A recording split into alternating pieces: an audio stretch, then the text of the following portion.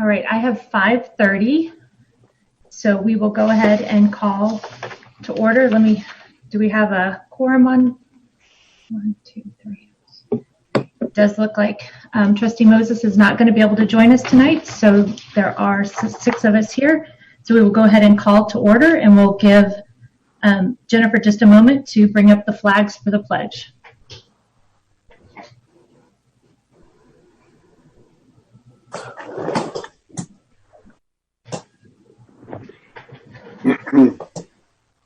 I pledge allegiance to the flag of the United States of America and to the republic for which it stands, one nation, under God, indivisible, with liberty and justice for all. Honor Texas flag. I pledge allegiance to thee, Texas, one state under God, one indivisible.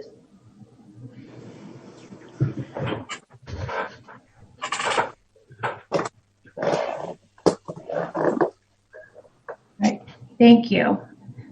So now we are on item D, public comment.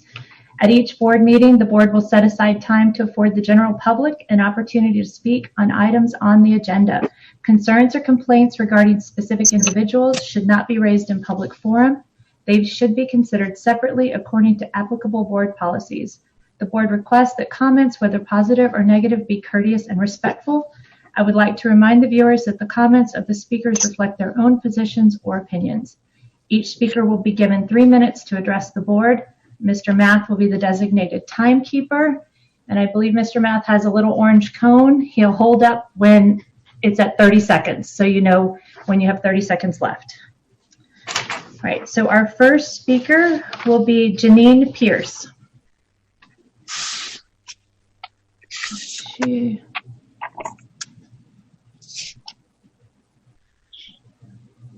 you hear me? Can you hear me? Yes.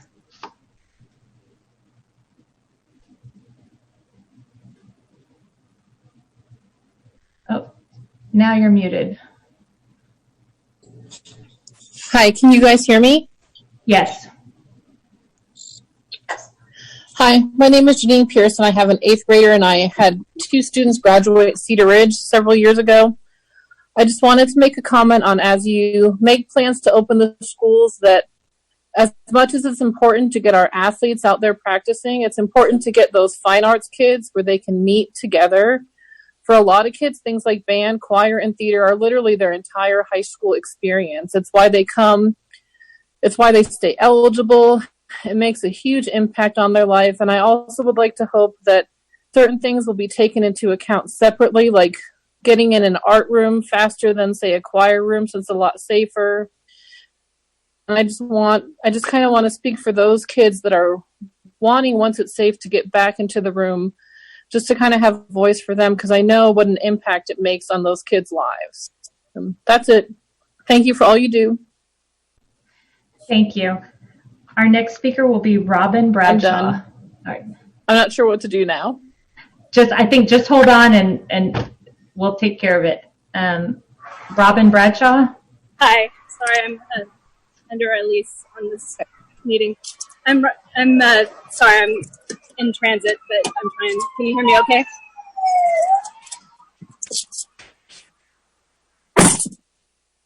Can you hear me okay? Yes, we can hear you. Okay. So my daughter is going into 2nd grade at Live Oak Elementary, and I'm just a little bit concerned about the evaluation and procurement process for the learning software, and I wanted to address that with the board tonight. I was disappointed in the mention in a previous town hall of using iStation after trying it this summer. It wasn't accessible for my deaf daughter. We gave feedback following the summer program on this concern. And sorry, I'm out of breath. I'm trying to catch up. It was very confusing for her in a classroom to be continuously referencing a software that wasn't working for her. It was also just didn't meet, very basic accessibility requirements that a software should have. And as I see continuous mention of several software platforms that we're looking at in the fall that I haven't had a chance to evaluate, I wanted to provide this feedback because in 2010 and 2011, the US DOJ and the Department of Education jointly issued guidance that technology must be accessible to all students with disabilities. Under Section 504 of the Rehabilitation Acts and Titles 2 and 3 of the Americans with Disabilities Acts, schools are obligated to provide students with disabilities equal and integrated access to higher education software. Schools cannot deny students with disabilities equal and effective opportunity to participate in programs, benefits, and services they offer. This means classrooms, cafeterias, libraries, residence halls, computer labs, and all other campus spaces and online courses are included. So I believe this should be a simple evaluation and procurement process that the district is looking at as we evaluate software that will be used in the future. And if a program can't meet basic accessibility or captioning requirements in a public education setting, it shouldn't be implemented district-wide. There was undue burden, in my opinion, over the summer on the deaf education staff to make the software that wasn't working accessible to my daughter. So they spent all their time making various PowerPoints and things rather than that time on education. And then there's a higher incidence in Round Rock ISD being the host of the Deaf and Hard of Hearing program for several districts. So I think it's a reasonable ask to evaluate these concerns as part of the software procurement process. And thank you for the time tonight. Thank you. Thank you for your feedback. Our next speaker is Julian Jones.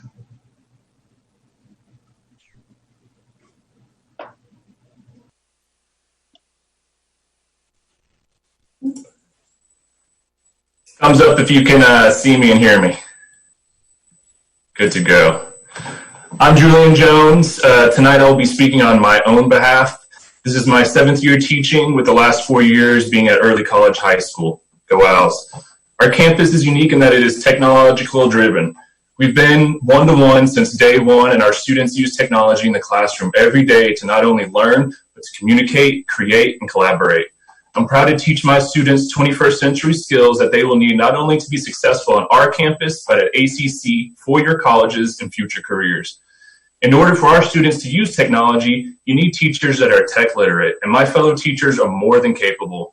We have an amazing ITS, and even though she is part-time, she puts in the work of 5 full-timers. So with the pandemic and with the inevitable switch to online learning, you would think our campus would be exceptionally capable of hitting the ground running on the first day of school next week. I'm not. And based on the feedback from our campus teachers, many feel the same way. I am stressed, I am overworked, I am overwhelmed. And though I consider myself an even-keeled stoic, I will freely admit that I had a good cry session in my backyard a few hours ago. Why do I and many teachers feel this way? So some of us are obviously worried about teaching on campus during the pandemic, but many of us aren't even looking that far ahead. We're worried about the first day of school. The district is rolling out a new learning management system the week before school starts. Why weren't we trained and capable to use Schoology during the summer? My campus is also struggling to find the best video conferencing software. Google Meets is feature poor, Big Blue Button is buggy and can't even accommodate more than 25 students, and even though Zoom meets a lot of my classroom needs, it's not district approved. Why are we not provided the best technology to meet our needs? And on top of all of that, the district has rolled out the Virtual Teaching Academy the week before school starts. How are we supposed to implement best practices in the virtual classroom when we don't even have time to unpack, reflect, and utilize the training? Why aren't we trained on these best practices during summer PD? And if I know my teachers on my campus are struggling and I put on my empathy hat, I know there are other countless teachers in the district that feel the same way, if not worse. If it feels like I'm treading water with my head barely above, then I know that there are others already feel like they're drowning. Please help us out. We need more time. I may not know what the answer is, but I know we can look at the districts around us. I think Leander at ISD has had to delay the start of their high schools because of technological problems. I don't want to see that happen with Round Rock. Austin ISD is delaying the start of school until September 8th. I don't know if we need to delay that long, but we need more time. Give us a week. Give us 2 weeks. Think of teachers' mental well-being. I want to be 100% ready for the first day. I want to be 100% confident in my abilities on the first day. Please set us up for success. We want to do our jobs. We want to do them well. We want students to succeed. I implore you to practice some empathy. Time. Thank you. Our next speaker is Ashley Walker. Hi, thank you. My name is Ashley Walker, and my daughter is an incoming kindergartner. Last week, an image depicting a split screen of students at home practicing virtual learning and students learning at school was utilized on the district's social media pages and app. While this image can be viewed showing 4 diverse students in the new and different ways of learning, it also shows who will presumably be in school, a segregation of students by race, stereotypes of students based on race, and a level of poverty that affects certain communities. There is a presumption based on this image that the students that will return to school will be the Caucasian and Asian students, while Black and Brown students and families will choose to stay home. Depicting this in an image does not reflect what will occur when in-person learning begins. This lends credence to the argument that the image shows a segregation of the students and who the school will prefer to return. According to the 2018-2019 school demographics, our district is 38.2% white, 30.7% Latinx, Hispanic, 17.7% Asian, and 9% African American. While these numbers show we have some diversity, they also show that some work needs to be done. Showing an image in which Black students are lounging around on the couch and floor while white and Asian students are studiously in their desks does not help towards the goal of getting more Black students into the district or helping making them feel safe. Throughout history, Black and Brown people have been labeled many things, lazy being one of the most common tropes that is leveled against us. These images further that emphatically untrue stereotype. After conversations with the Black families I know, including my own, we are all concerned with providing the best environment for our students to enhance their learning and focus. In fact, most of us have worked hard during this lead up to the school year to purchase materials that will allow for that, including desks, computers, and other supplies.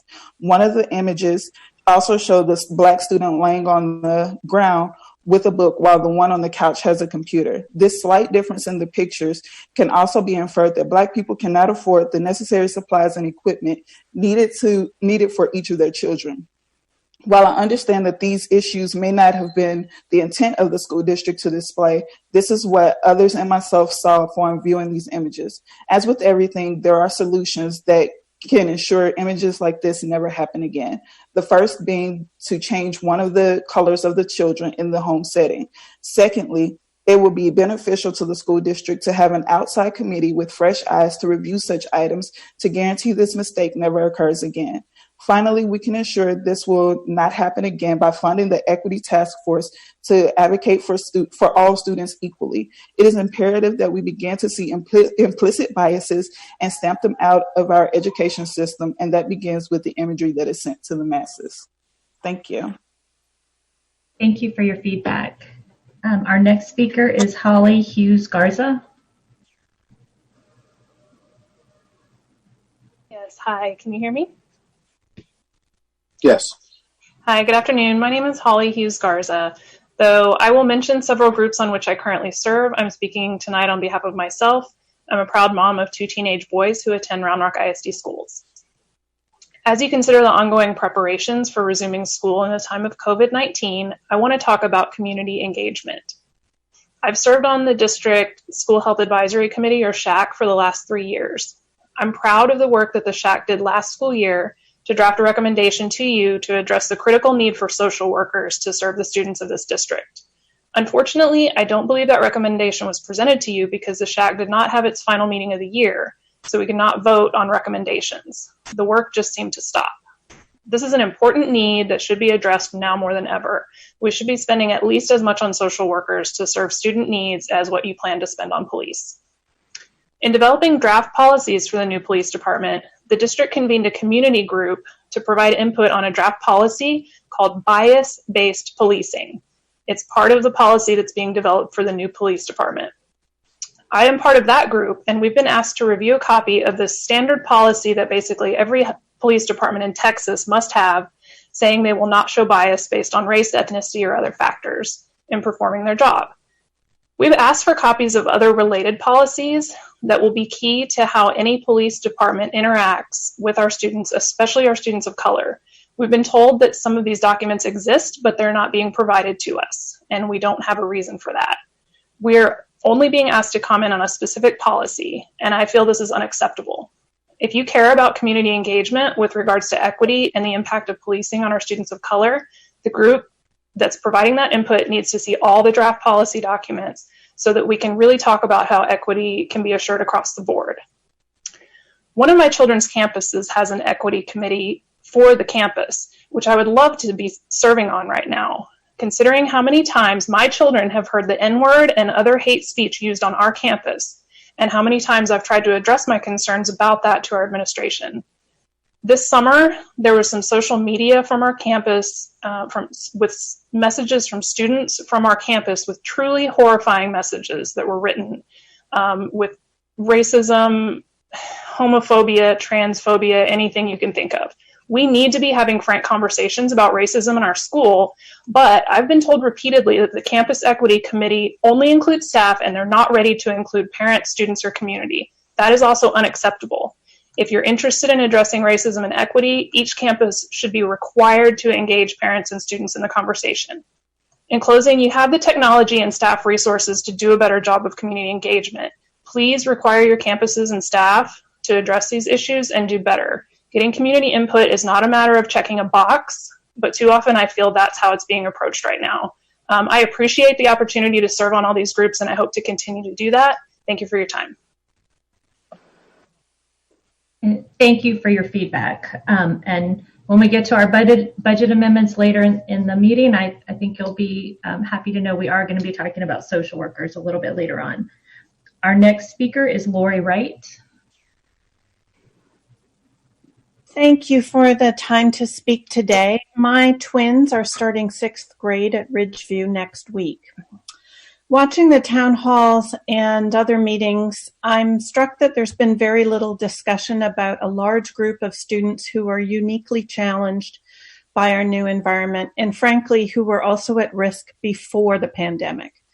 Nearly 10% of U.S. children have diagnoses of attention deficit hyperactivity disorder, many of whom will soon come to hate school and soon enough also drop out.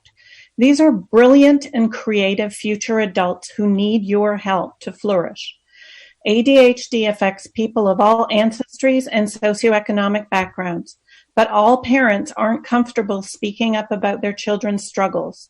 So I decided that I would try to today, though I don't pretend to represent anyone else's opinion. Before the pandemic, these kids found very little support for their neurodiverse ways of thinking and learning at school. Too often, ADHD kids are punished for non-conforming behavior that they cannot control. They're shamed for not remembering their work, and they fall behind their peers and their own capabilities by the time they reach middle school, just because their brilliant brains function differently. My question today is how you plan to keep neurodiverse kids engaged with learning at all this fall. As we saw in the spring, online schooling cannot engage kids if there is no personal interaction with teachers. Having a talented and compassionate teacher who really gets them is critical, but these teachers are rare. At least I've met one. Motivating these kids will be very tough through a computer, whether at home or behind a plexiglass shield in a classroom. But online instruction does provide you with one opportunity to build new support structures that could help families with neurodiverse kids even after the pandemic ends. It will take considerable effort from the ISD to promote and maximize the potential of these new systems. I hope that Schoology will be more accessible to all kids, as a previous speaker mentioned, than the program used this summer. But I'm urging you to please use the Schoology platform to streamline notifications to students and parents about assignment due dates and missing assignments so that parents and students have the real-time information we need so that children can get the grades that they have earned for the work they have done. Many teachers do not upload assignment grades into the Home Access Center before the grace period for late work is done. So ADHD kids do not get a meaningful chance to succeed even when they have 504 accommodations in place. Hi. Thank you. Thank you. Our next speaker is Adrian Singh.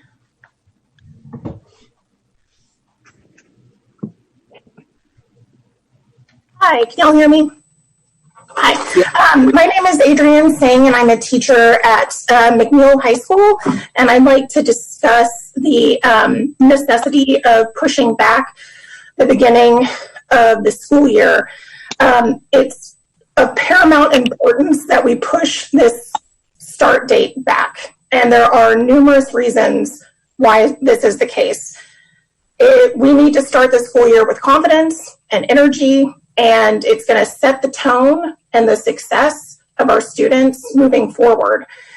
This is going to be nearly impossible if Round Rock ISD chooses to keep our opening as August 20th. Our teachers have only had 3 days so far to learn this new learning management system that Miss Wright just referred to. And even though we all recognize that it's going to be helpful, it's also incredibly complex.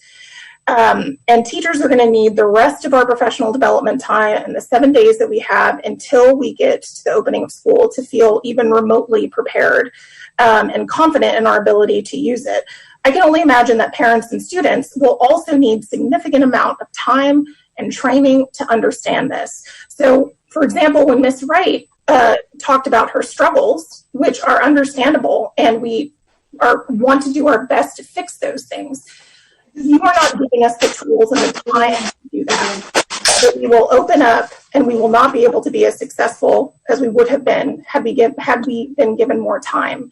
Now, one of the reasons that people say that we can't push the start date back is because if there is an area or a time in which we have to close down the school because of a pandemic, that we might lose multiple days and then have to move into the summer. However, I'd like to point out that Round Rock ISD chose this Schoology platform specifically to transition seamlessly from in-school to online learning. So that argument falls a bit short for me. And we know that district leaders and administrators are doing everything they can to provide information as quickly as possible.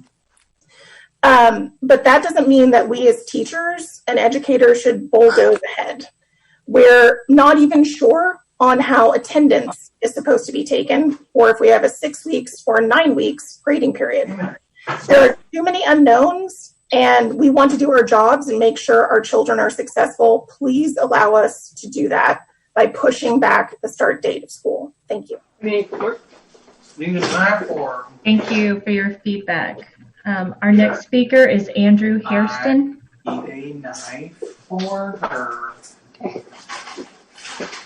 Good afternoon. My name is Andrew Hairston, and I direct the Education Justice Project at Texas Appleseed. Texas Appleseed is a public interest justice center based in Austin that works across the state with a broad mission to dismantle unjust laws and policies that burden historically underserved Texans. I speak today concerning the $1.7 million allocation to the Round Rock ISD Internal School Police Department, and refer back to a letter that I sent to the Round Rock ISD Board of Trustees back in January concerning an opposition to the Internal School Police Department. We recognize that that process has moved forward and has been ratified. But in this moment of revolutionary change, in the wake of the police murders of Breonna Taylor, George Floyd, and Tony McDade, among countless others, we really urge the school district and the Board of Trustees to reconsider its relationship to school policing and really serve as an exemplary model for Texas and the rest of the country to divest from school policing, to take that $1.7 million line item for the school police department and its administration, and dedicated to services like referred to earlier, social workers, school psychologists, and school counselors, to really create a holistic learning environment for young people. As folks have shared during this public comment period, the coronavirus pandemic has upended life for all of us and really ushered in an unparalleled time period for everyone living. And to prioritize trauma-informed care and to really invest in young people is critical and paramount in this moment. Additionally, this would be a significant move to dismantle the school-to-prison pipeline, a pernicious civil rights violation that disproportionately burdens historically underserved groups like Black and Latinx young people, LGBTQ kids, and kids with disabilities. And by divesting from school policing and supporting the demands of groups like Undoing Racism Round Rock, the school district, again, can really set itself above and beyond other districts in Texas at this time and make a very strong statement about dismantling white supremacy, attacking systemic racism, and creating an environment where all young people feel like they can flourish and thrive. We thank you for this opportunity to present. And thank you. We thank you for your comments. Our next speaker is Quincy Dunlap.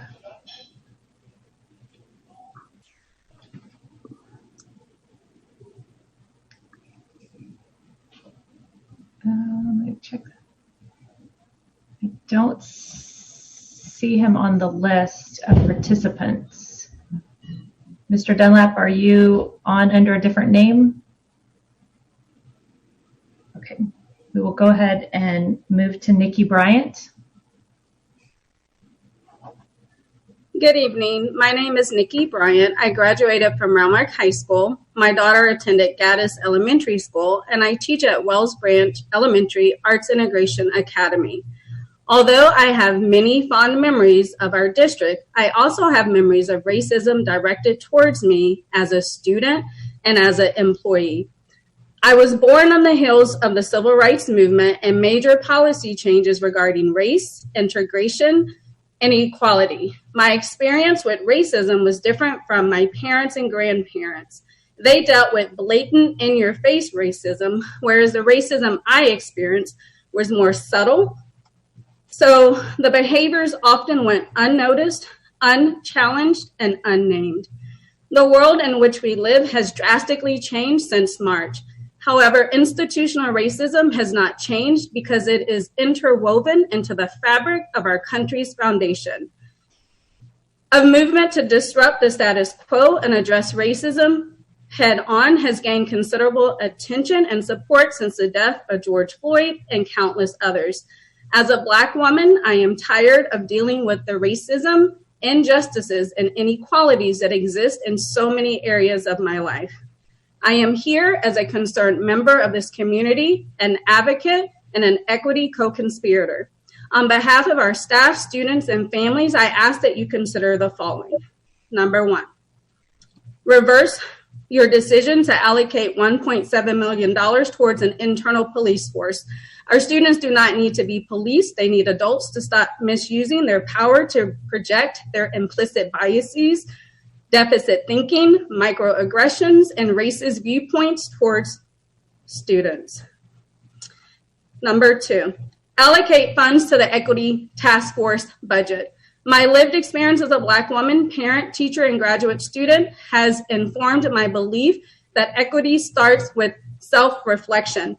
It is important work, necessary, ongoing, and critical work for the livelihood of our district. Invest time and financial resources into shifting the culture and climate of our district by addressing systemic racism within our district head on. Unlike my childhood self, the children of today notice, challenge, and can name racist behavior. Your vote to fund an internal police department in the face of research, the vertical learning graphic released in August, and district data that shows the disparities in achievement and behavior referrals for students of color show that our district may state that it has an equity focus, but our actions or lack thereof do not provide the evidence to support that. Today, I know better. Therefore, I must do better. Please join me in doing better. I am asking you to walk the walk and not just talk the talk. Vote to take action to dismantle racist policies and systemic racism in our district to ensure that our students, staff, and parents feel welcome, valued, supported, and encouraged. Thank you. Thank you for your comments. Our next speaker is Lisa Pilgrim. Hi, good evening, everyone. My name is Lisa Pilgrim. I'm a deaf education teacher at Live Oak Elementary, as well as a Round Rock ISD parent. I'm here this evening to express that many of my colleagues and I are feeling mixed messages coming from the board and from district leadership when it comes to racial equity, like Ms. Bryant was just saying. We're hearing that equity is a priority, and we've been given opportunities for professional development focused on addressing racial inequities within our system.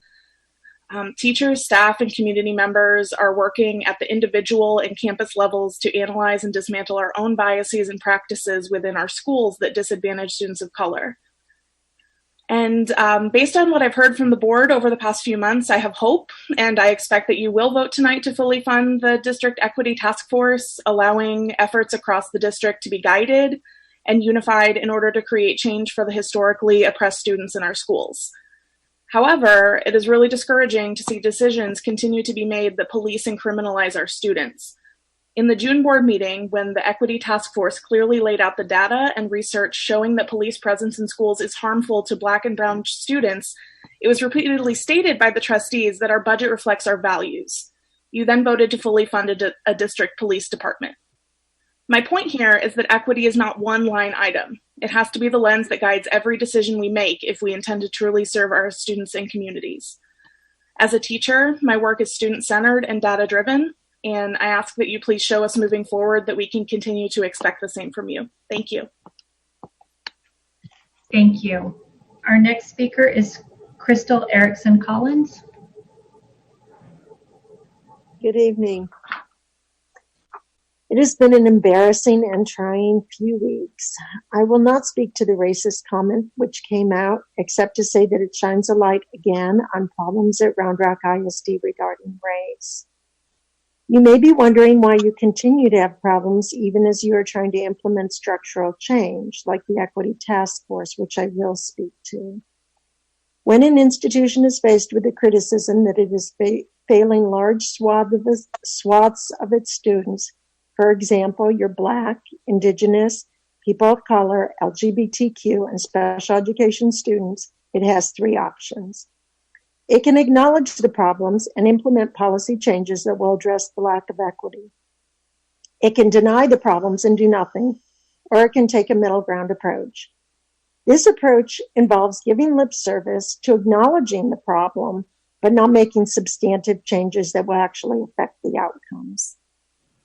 Some call this putting lipstick on a pig. When this happens, it sometimes appears that progress is occurring, but it is a smoke and mirrors shell game. For example, implementing a department but not funding it, or implementing a department but not listening to the recommendations or acting on them. It is a plan meant to keep the status quo while appearing to act that uses strategies like delay and obfuscation. One such delay is to hamper a committee's ability to act while they are in leadership transition. Now would be the ideal time for you to elevate a person of color on the Equity Task Force to acting chair so that they can fulfill the responsibilities they were tasked to do. Likewise, the current budget is underfunding the Equity Task Force and overfunding departments whose outcome is to control and punish. The budget is a moral document. Where you spend the money says what you value. If you value the safety and peace of mind of all your students, then you will reallocate money away from a plan for a police department and increase the Equity Office Task Force to $1.7 million, thereby indicating that you are serious about equity for all the students of Round Rock ISD. Thank you. Thank you for your comments. Our next speaker, is Sophie Taus. Hi, can you hear me? Yes. Yes, we can. Hello, my name is Sophie Taz, and I'm a 2019 graduate from Round Rock High School. I'd like to speak about my support for passing the budget amendments to fund equity efforts in social workers, as other people before me have discussed. First, I'd like to acknowledge and thank the trustees for their time already put into equity efforts and personal learning. Yet despite these efforts, I am frustrated about what went down at the June board meeting. The Equity Task Force asked for $1 million and the board failed to meet this ask. I understand that some members wanted time to process and understand the plan to justify the spending. I find this line of thinking in theory to be reasonable. However, if the trustees prioritized a thorough justification of spending, why didn't anyone ask the pertinent questions when they had the chance? Why didn't anyone ask for more specifics? When it came time for questions, y'all focused on leadership changes, the cancellation of an equity event, and suggestions for future action. You also spent a decent amount of time complimenting the task force on their excellent presentation. But if that's the case, why couldn't you fulfill their demands? The presenters clearly outlined the task force's plans and accomplishments while providing justifications for increased spending, while you all failed to collectively follow up on your chance for immediate action. Discussion of plans can only go so far. The presentation even mentioned this by cautioning that some school districts spend a lot of time on dialogues and policy planning without taking concrete action to address racism.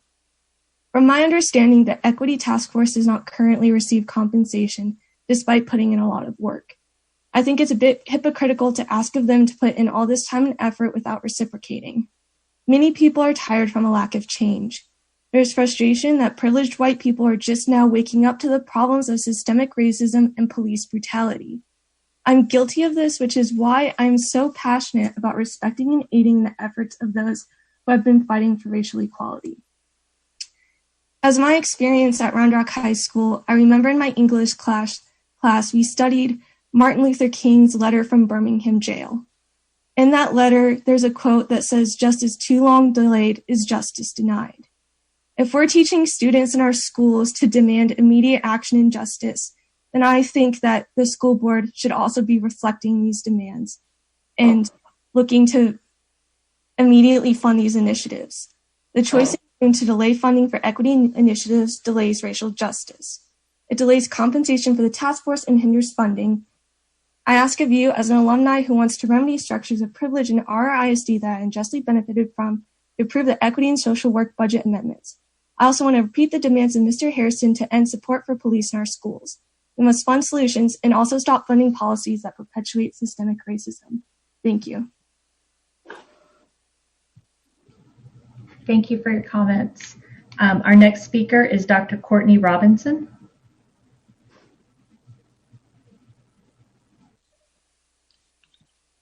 Good evening. Thank you for allowing me the time to speak today. Again, my name is Dr. Courtney Robinson. I am the founder and CEO of the Excellence and Advancement Foundation. We are dedicated to transforming how communities combat the school-to-prison pipeline and mass incarceration. We serve youth and families throughout the Central Texas area. In recent years, we have found that we've had more students sent to our organization from Round Rock ISD. I am here to support fully funding the Equity Task Force. From our perspective, it is clear that this district needs this task force. It's critical. The timing is critical. This district is now facing all of the backlash of many, many years and generations of racial inequity and racial oppression in the district. What we're seeing today are the racialized images that were surfaced during this past week that referenced Black people being on the couch and on the floor. And while we had diverse children, the images were juxtaposed. The Asian American and white students appeared to be in desk and studious, while the Black students appeared to be less engaged in school activities. These kinds of images are unacceptable. Additionally, there's been racial violence and racial bullying on campuses. Families and youth have reported to us that they don't feel safe on their campus. When we talk about safety, we have to understand that the relationship between policing in the Black community and the relationship in other communities is very, very different. The notion that this district is willing to spend $1.7 million and bring a police force into the school district during this time of great trauma and crisis, both because of the pandemic and how it has impacted racialized communities, but also because Black children and brown children have been watching news cycles and they understand what is happening in this country regarding policing. And while before they may not have had all the correct language to talk about how they were traumatized by watching their classmates handcuffed, thrown to the ground, and disciplined in ways that were inappropriate, they do now. If this district isn't willing to really address these problems, I think that we aren't considering what Mandela said. Mandela said there's no keener revelation of a society's soul than the way it treats its children. It is time to care about the children of this district and reverse action on bringing a police force to this district. Police should police from outside of the school building. Thank you for your time. Thank you so much for your comments. Our next speaker is Mary Rice Booth.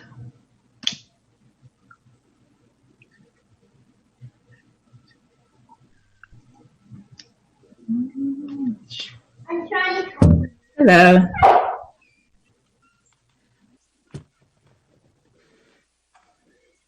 Good evening. My name is Mary Rice Booth.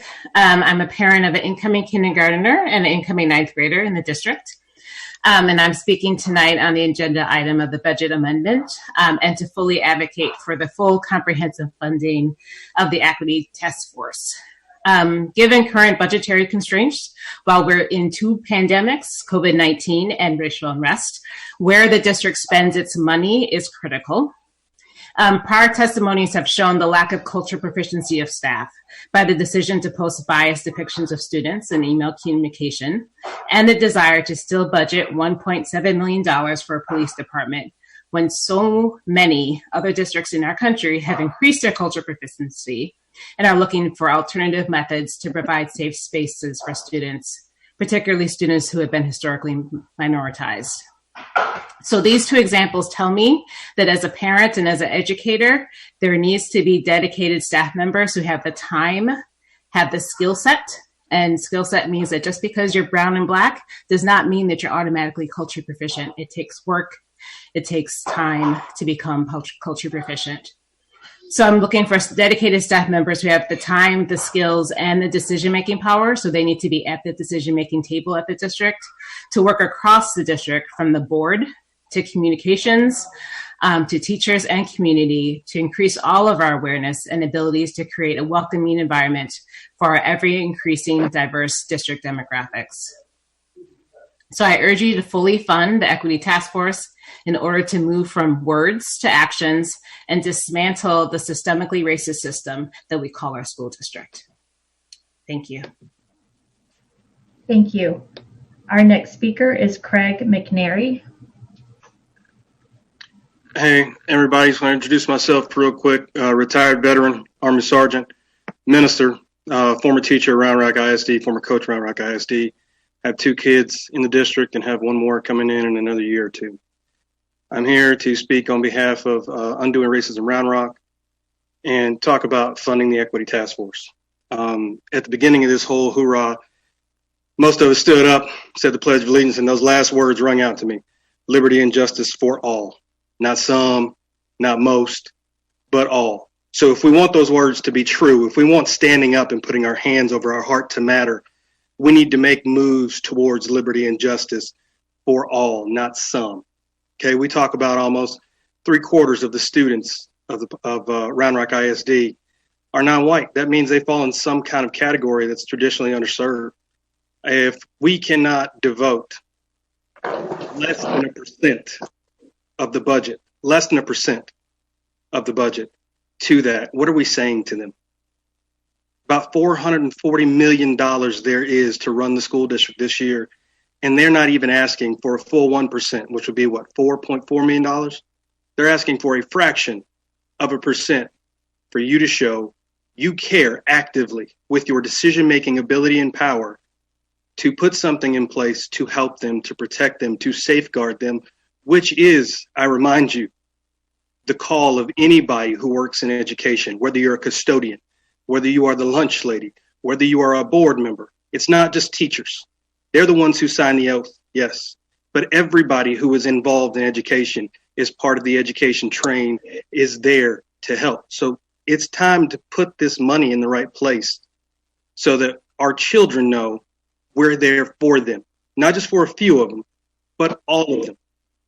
And I don't want to get the words equality and equity conflated. So let me just explain this, because it's easy to mix those two up. Equity is just the act of being impartial. It is just not being heavy-handed one way and then doing it the other way.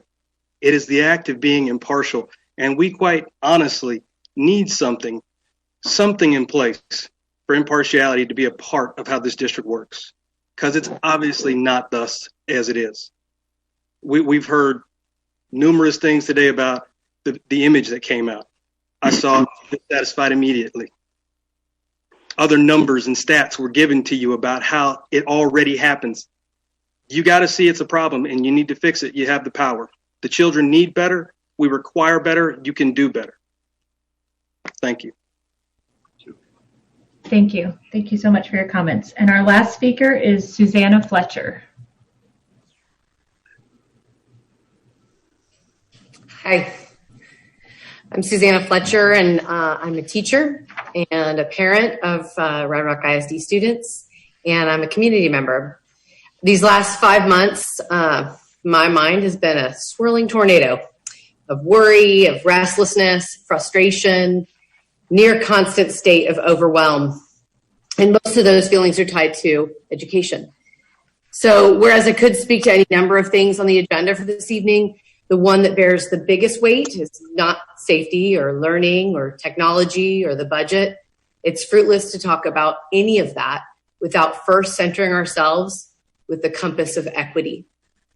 As we are rebuilding education block by fallen block and deciding what is necessary, what is right, what is beneficial, we must always ask questions about the impact of our choices on our students, and not just the children of nice white parents like me.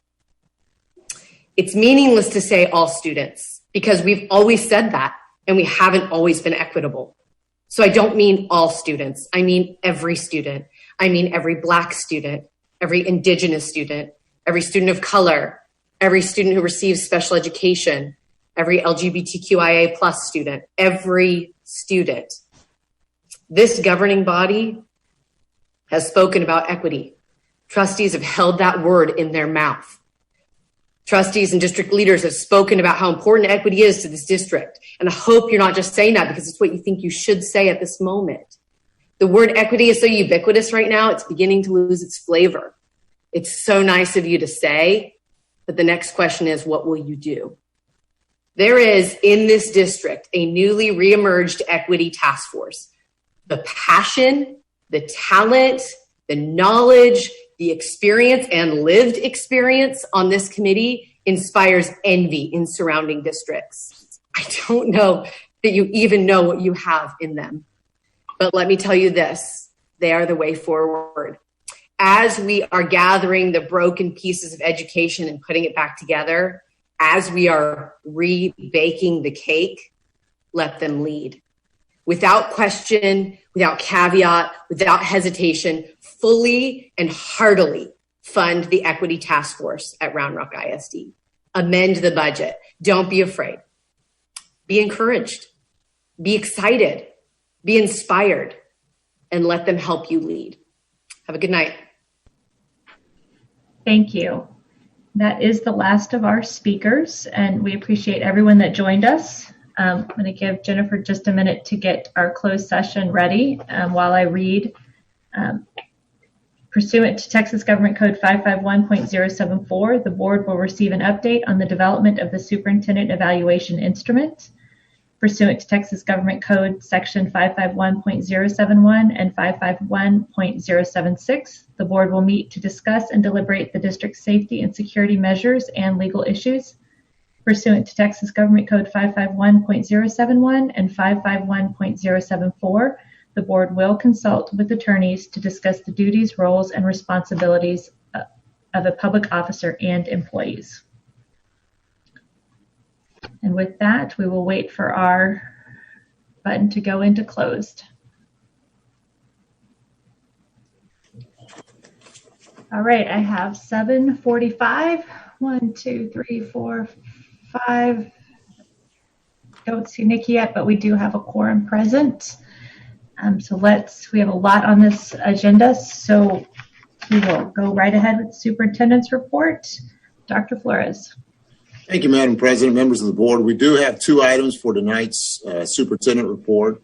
I do have some comments prior to our COVID update, but I'll go ahead and turn this one over to Dr. Kenneth Ottix with regards to the first item on the superintendent's report, and that is the monthly financials. So, Dr. Ottix. Yep. Good evening, President Weir, members of the board, and Dr. Flores. In the board packet, you have the district's monthly financials through May 31st. I'll go over the main highlights with you, beginning with the general fund. For the month of May, we had total revenue of $4.6 million and total expense of $36.7 million. Year-to-date revenue came in just under $428 million, which is about $1 million better than the year-to-date budgeted revenue. Expenses came in just under $389 million, which is $18.7 million less than budget. And we had a fund balance in the general fund at the end of May of $246.6 million. So that you know, we have initial year-end numbers for 2019-20. Our year-end is June 30, and we expect to have around $15 million of excess funds from our operations last year.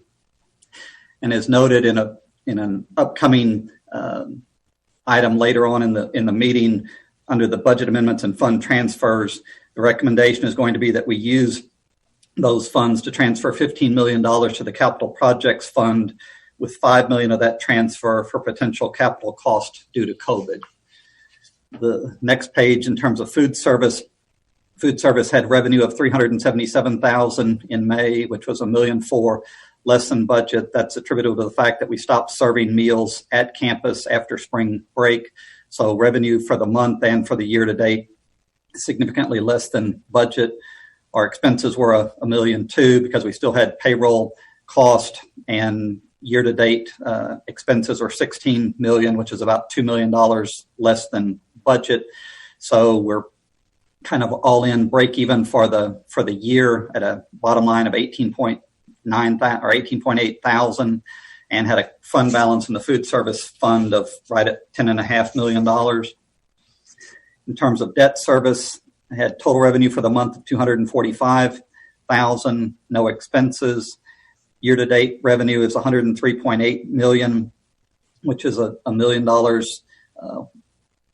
less than budget. That's mainly due to other local revenue, which is our investment earnings is down by around $1.2 million due to the lower interest rate environment.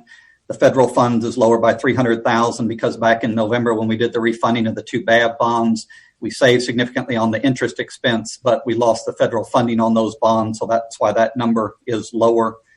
On the expense side, our total expenses year-to-date is $104.8 million, which is $2 million more than budget.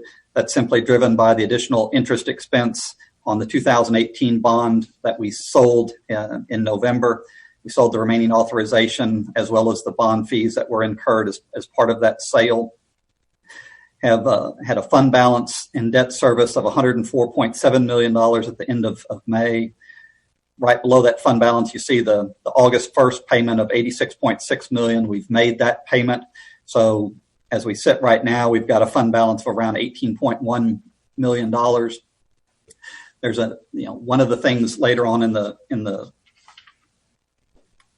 meeting where we talk about changing up the fiscal and budgetary strategy. One of the reasons for that, it's on one of the last pages of that fiscal policy, is to take the requirement off to have such a high level of fund balance on debt service. And the strongest argument I could make for taking that out is that if we left that current level in there, even with the $18 million fund balance, after making the August payment, we'd have to be going to the voters saying we need to raise your tax rate in the coming year, not because we're worried about making the debt payment, but simply because we need a higher amount in the fund balance. So that's the reason for taking that language out of there. I'm definitely comfortable with the level of fund balance that we have, that there's no need to raise someone's tax rate in order to simply make that fund balance even higher than what it already is. Then in terms of the next one, bonds, we had total revenue in the month of May of $106,000, year to date $4.4 million, had expenses, a capital outlay of $4.3 million, and total expenditures of $43.3 million. So have a fund balance in the bond funds of $507.4 million. And then finally, in terms of capital projects fund, that had expenditures of $773,000 for the month, $7.1 million for the year, and has a fund balance of $17.7 million at the end of May. One thing that's important there is that the more important number for, and Trustee Vessa asked, how much do we currently have in fund balance? Well, when you take out the unencumbered, and by that it simply means how much money, aside from projects that we've already committed to but haven't paid, how much would we have left if we said, hey, I want to go do something that I already haven't committed to do? How much money did we have at the end of our fiscal year in order to go and have money available in order to do that? And that's roughly $11.5 million when we closed, or when we're in the process of closing the books for last year. We started the fiscal year with around 20 million, so we spent about $8.5 million last year. Our initial estimate was kind of a burn rate of expected around $10 million a year, so we came in pretty close to that number in our reality for last year. So that's the financial update I have, and then we'll be coming back later on in the action items to talk about the budget amendment and fund transfer, and then the changes to the fiscal and budgetary strategy. Were there any questions for Dr. Audix at this point? No. All right. Dr. Flores, then our number 2, reimagining education. You're on mute, sir. Thank you so much for that. Madam President, thank you. And I'd like to take a moment to thank you and the entire board for your leadership during this time. I know you hear from members of our community, and there are many divergent and passionate points of view. And it's not easy to sit where you are, but I want you to know that I, as superintendent, and my team appreciate your support, your steadfastness, and your commitment to making informed decisions that are in the best interest of our students and staff. We know that no decision will please everyone. Every decision will make some angry or disappointed. But as long as we stay grounded in our principles, where we put students first, listen to guidance from health authorities, and base our decisions on data, we will be able to sleep at night knowing we are doing the right thing in what at times seems an impossible situation. And also, first and foremost, I want to welcome back our teachers who joined us on Monday. It's always an exciting time when teachers return to campus for the new school year. Of course, it looks a little different this year as our teachers returned virtually and to a brand new environment. But we are blessed in Round Rock to have the best teachers in Texas, and I'm proud to be on this team with them. I know they've missed our kids, and they're ready to start teaching, engaging, and collaborating again. And I know our board received several emails today from teachers asking us to consider delaying the start to school. You also heard from a few speakers. I understand and appreciate their concern as they adapt to Schoology, our new learning management system.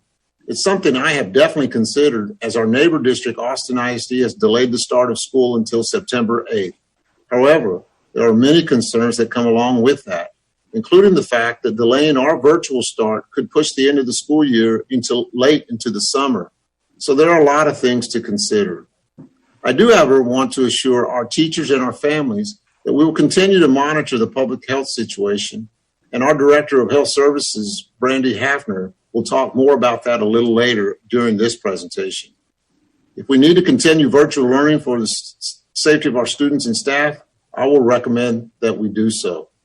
As you know, Already, we are starting virtually for the first 3 weeks, and the Texas Education Agency gives me, as the superintendent, the authority to extend that to a 4th week. The board can then choose to remain virtual for an additional 4 weeks, and if the circumstances warrant, I will bring that recommendation to you.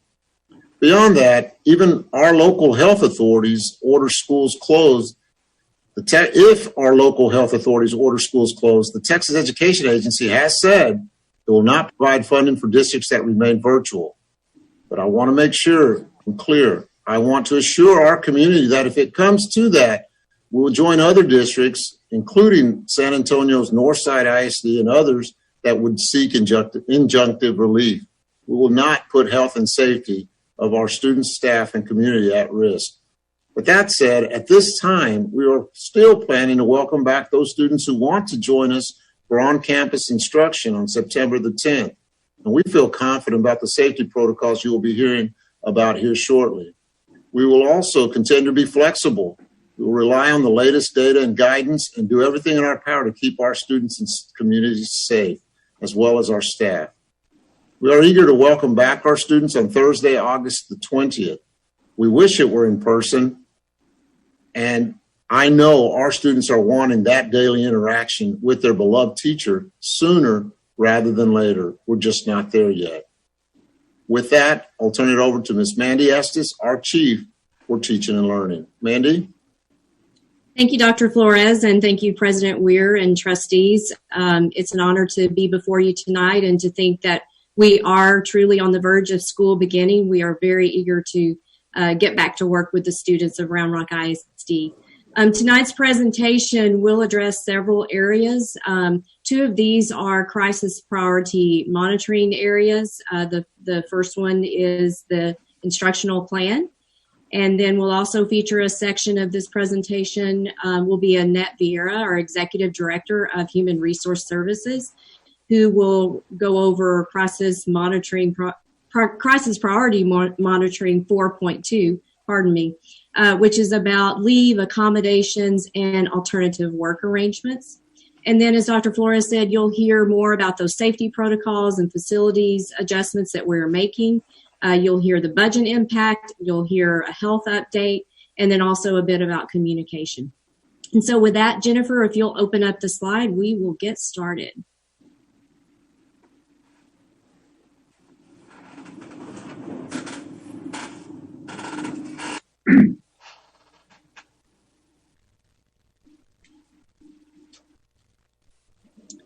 There we go. And if you'll go ahead and go to slide 3. Thank you so much. So as you know, trustees, we did administer a survey to our parents, to our families, to determine, to get feedback from them on the instructional choice that they wanted to make for their students. Prior to that closing, we did host several town halls, 5 in all, to help parents get a better idea of the choices and what that would entail, as well as we published extensive information on our Reimagining Education website. And so before you are the results of that survey as it stands today, and you'll notice the title of this slide is Instructional Choice Trends, because this is data that is still being enhanced at the campus level. We had a participation rate at the end of all of this of about 76% of our families. And so we are in the point of the process right now where campuses are calling their families and filling in the blanks for those who have not responded.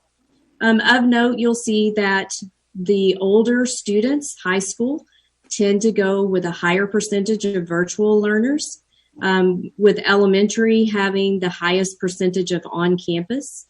And in all, our total as a district is we're looking at about 29% of our students who we're expecting to serve on campus. And of course, this is of the respondents, and 71% virtually. I know some of the trustees had also asked for a breakdown of how this data looked across learning communities. They can also see that for you on the chart here. All right, next slide, please.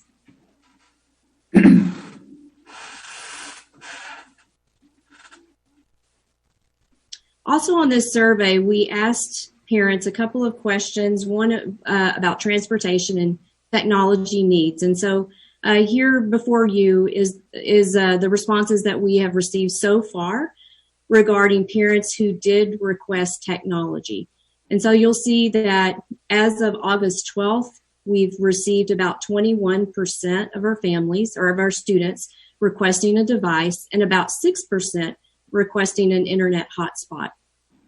These devices are being prepped at our campuses. Our ITS team is working in combination with Mark Gapehart's team to make sure that those are ready to deploy. And the distribution this time will actually take place from the individual campuses. You may remember that last spring we had drive-through distributions, and we had a lot of folks manning those, but sometimes the time it took for our families to wait in line was longer than what we hoped. And so those distribution points will be at the campus this year and not a mass distribution.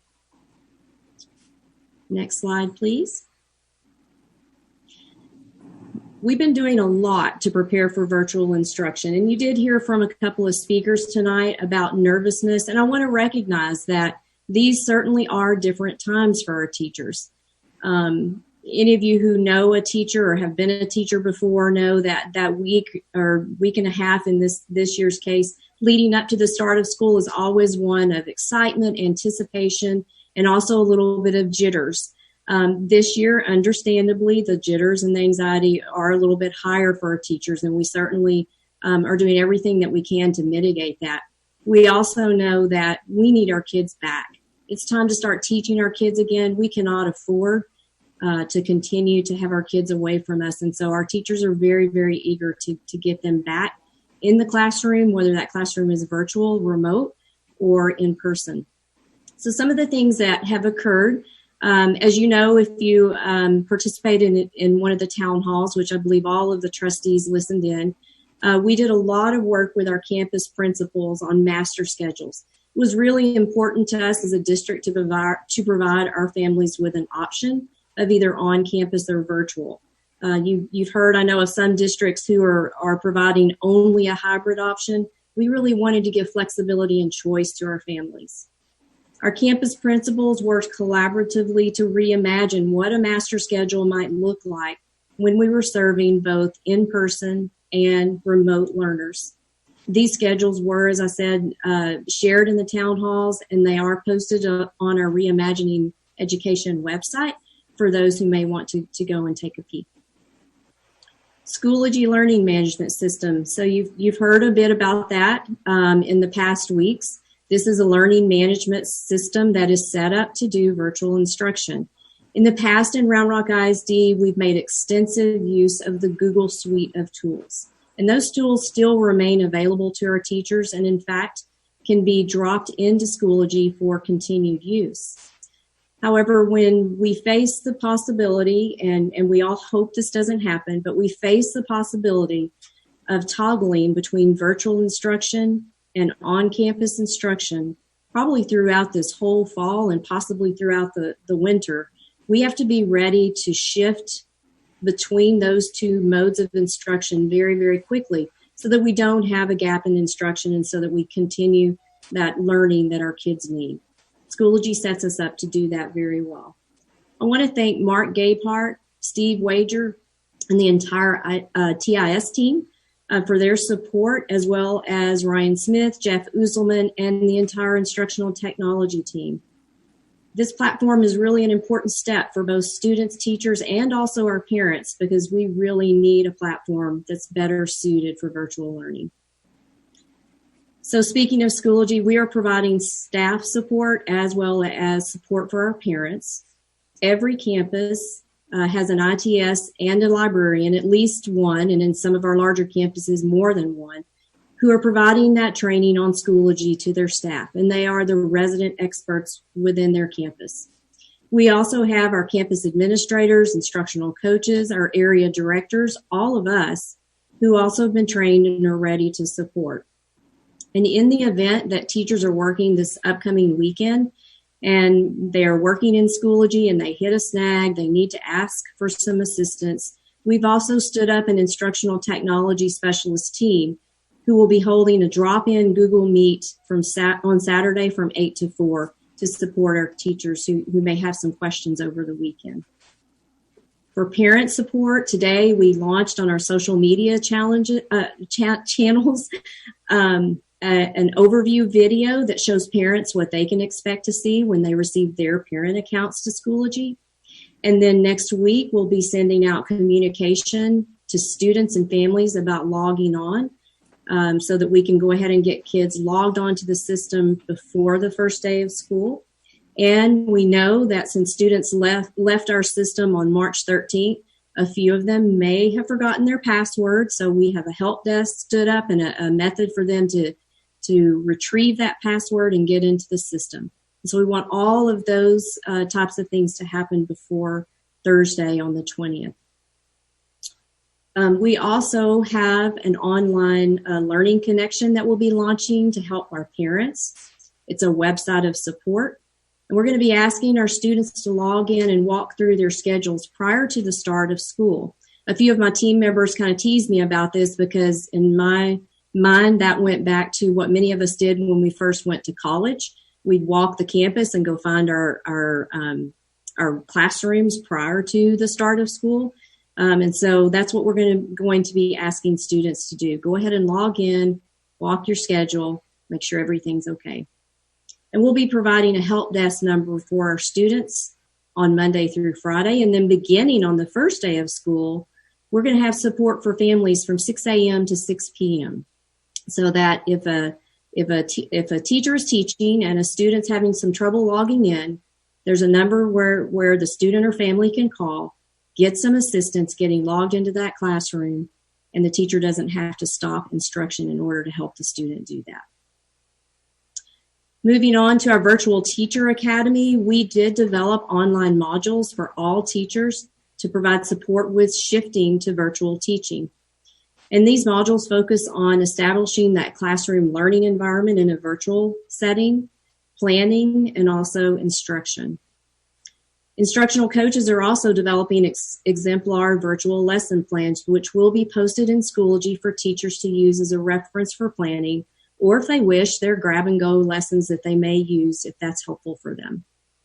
And then lastly, we've purchased licenses of adaptive software programs that can access and track student progress and also assign instructional activities. And there's more information about how these programs will help us respond to learning gaps on the next slide. So another area of great concern, as all of you know, is these learning gaps that may have occurred, that we expect to have occurred since last March. And the fact is that students haven't been in face-to-face classrooms for 5 months, and so we are concerned about that. After school begins and students get settled into their new routines, we will assess where they are academically. And we reimagined our assessment plans for the 2020-21 school year to take this into consideration.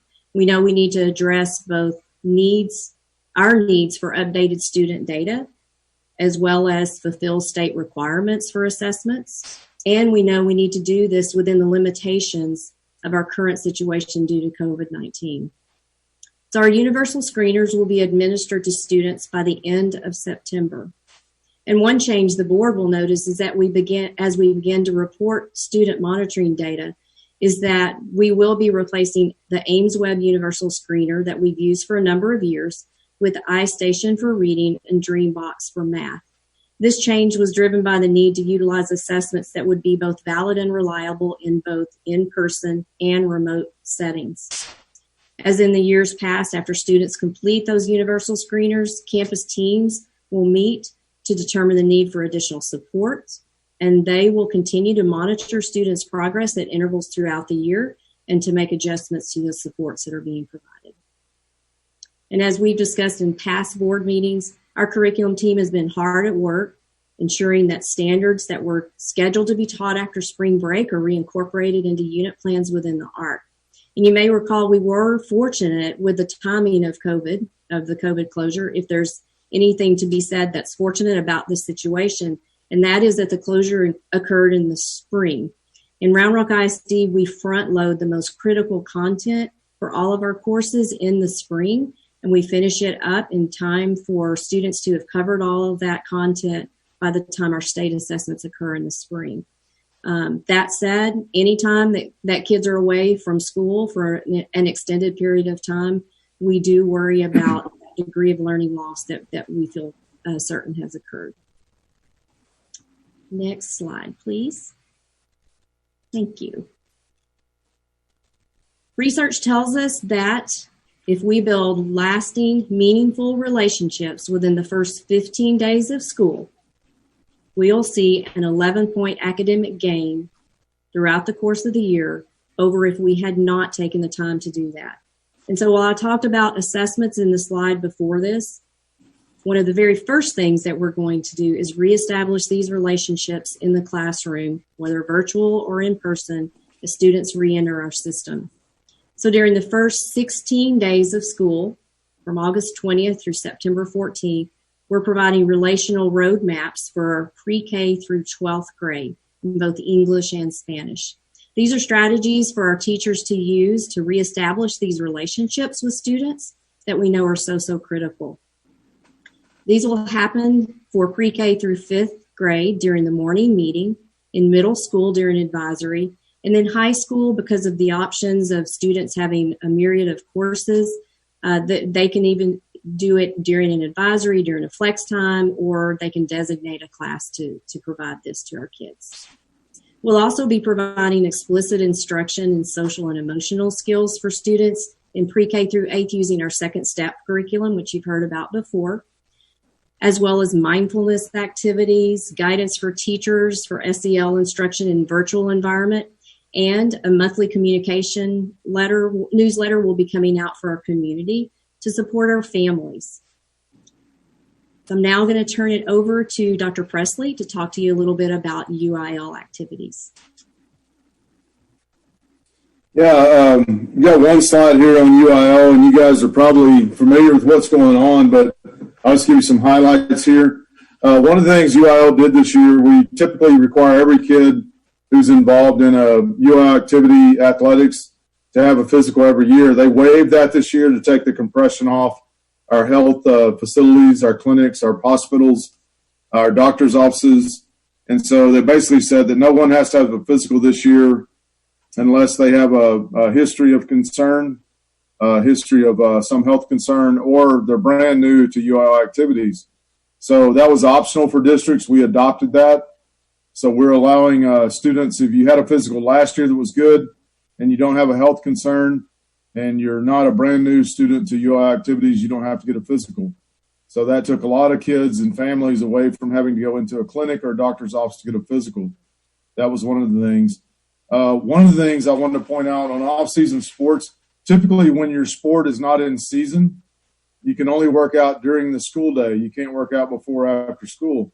And UIL has made an accommodation in this unusual environment to allow sports that are not in season to work out 1 hour a day outside of school. So that's another thing. For example, a baseball team, baseball players could work outside the school day for an hour, which typically they were not able to do, or softball, or you pick a sport. So if you're not in your season, you can't work out. You can't work out outside the school day, but they've allowed 1 hour for that. And we're exercising that as well. We will whenever kids are able to come back in person.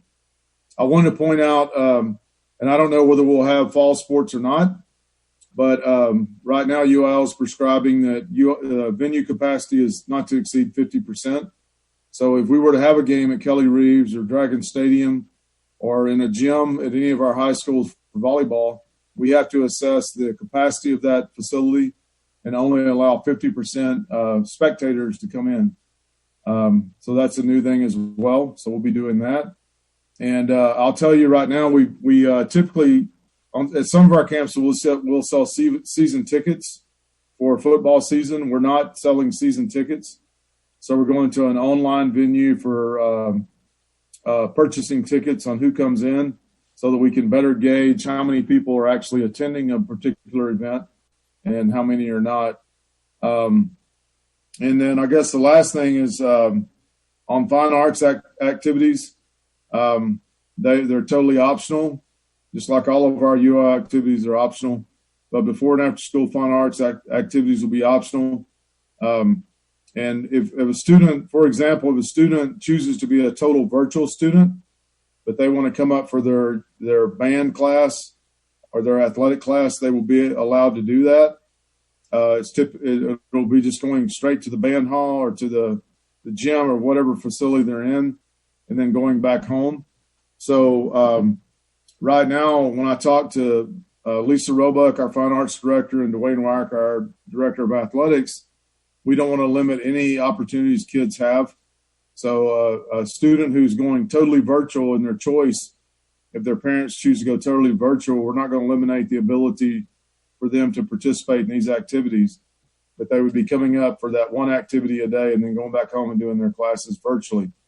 And I could say that some districts around the state, I've been reading, have said if you're not totally in person, you can't participate.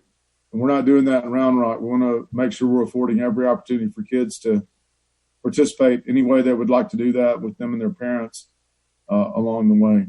So those are kind of the highlights of the UIL slide.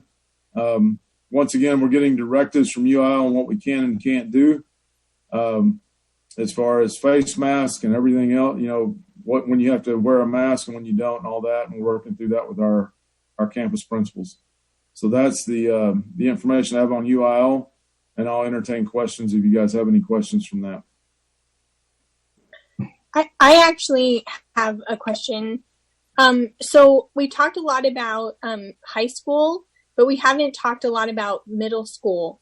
What are our plans for middle school fine arts and athletics? Yeah, the plan for middle school is the same as high school. We're planning and moving forward as if everything is going to happen. Whether it does or not is yet to be seen. Whether we have middle school football and volleyball and the fall activities for middle schools, and even the winter and spring activities, you could say, as well.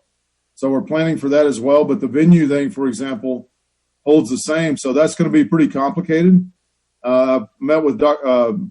Wyrick several times on our athletic director, because some of our middle school venues were, for example, let's take football. Middle school football, they play in a particular stadium. We have to assess the capacity and only allow 50% in to watch the game. So we're navigating that right now. Every question seems to born another question, right? So we're trying to figure out how we distribute tickets. If it's each kid gets 2 tickets for their parents to come and watch. We're looking at costs in that, whether we even charge for middle school at all. So those are just examples. But right now, Ms. Fessa, we're planning to move forward with middle school activities just as we would high school activities within the parameters we've been given by UIL. I have one other question. So let's assume that, just if on September 10th, we deem conditions not, sufficient to come back to in person, will if we're not in person for learning, will that mean we're not in person, we're not doing any practices or for athletics or fine arts? Yeah, with safety being our highest priority, and you've heard Dr. Flores say that several times, I would hope that UIL would come out. But once again, UIL is governed over districts throughout the state. And in many districts, there's not the concern there is in Travis and Williamson County.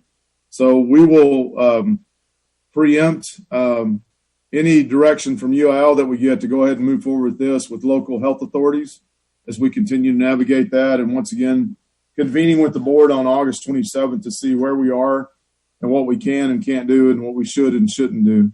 So I think that's that's a really good question.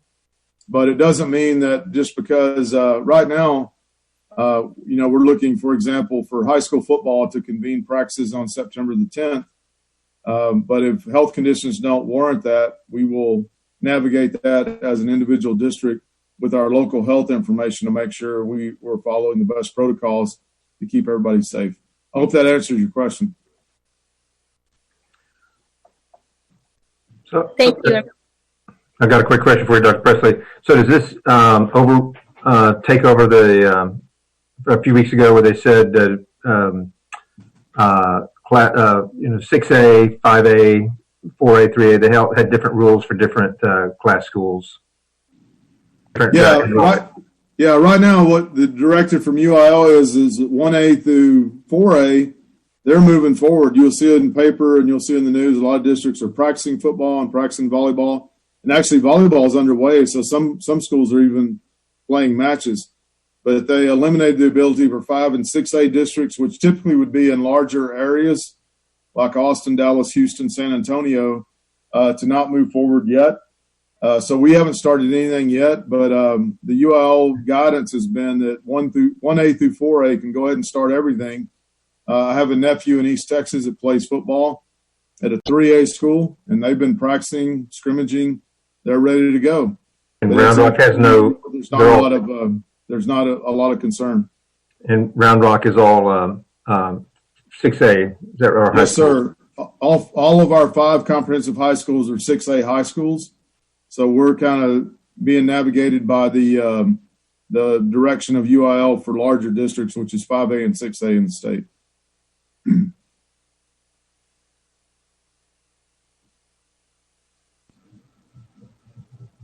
Did I answer your question, Mr. Chadwell? Yes, I wanted to hear what the update was, because I hadn't seen that statement in a while about the 1A through 4A.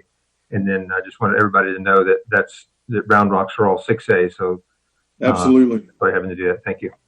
Yes, sir. It sounds like that's all the questions, Dr. Presley. All right. Okay, go ahead and go to the next slide, Jennifer. So this is crisis priority monitoring 4.2. And before we discuss the various options for employees, I wanted to remind everyone, just like Dr. Flores said, that since the first 3 weeks of instruction will be 100% virtual, employees, including teachers and instructional staff, have 2 options. They may choose to remotely work from home if they can meet their job requirements and their supervisor approves, or they can choose to report to work on site. As of now, all of our staff are expected to report to work on site September 8th to prepare for the in-person instruction option beginning for students September 10th. So if you'll go ahead, Jennifer, and click on that link there. You know, we got a lot of feedback that we received from thought exchanges and the staff survey, as well as discussions with employees through emails and phone calls. And it was that employees are wanting to request alternative work arrangements. Jennifer, if you can click on the link, or is it not going to go? Oh, there it goes. It comes up. What that link goes to is our leave page. It's on our website, and that's where all of the different types of leaves and accommodations are located, including additional options that are COVID-19 related. And I don't see it coming up. I'll keep talking while we're waiting. I want to thank Tanya Davis and Lindsay McFeeters for their collaboration, and also Steve Wager, Larry Heron, and Kelly Johnston from the Technology and Information Service Department for creating the leave portal that if that were up, you could see it on the right-hand side. Actually, can I interrupt you 1 second? Because Jennifer, I looked at it on the thing. The link is split. If you click the bottom words on the link, what does it say? On the arrangement AWA, it'll go to the link. The top part of this is not going to the link, but the bottom part is. If that makes sense.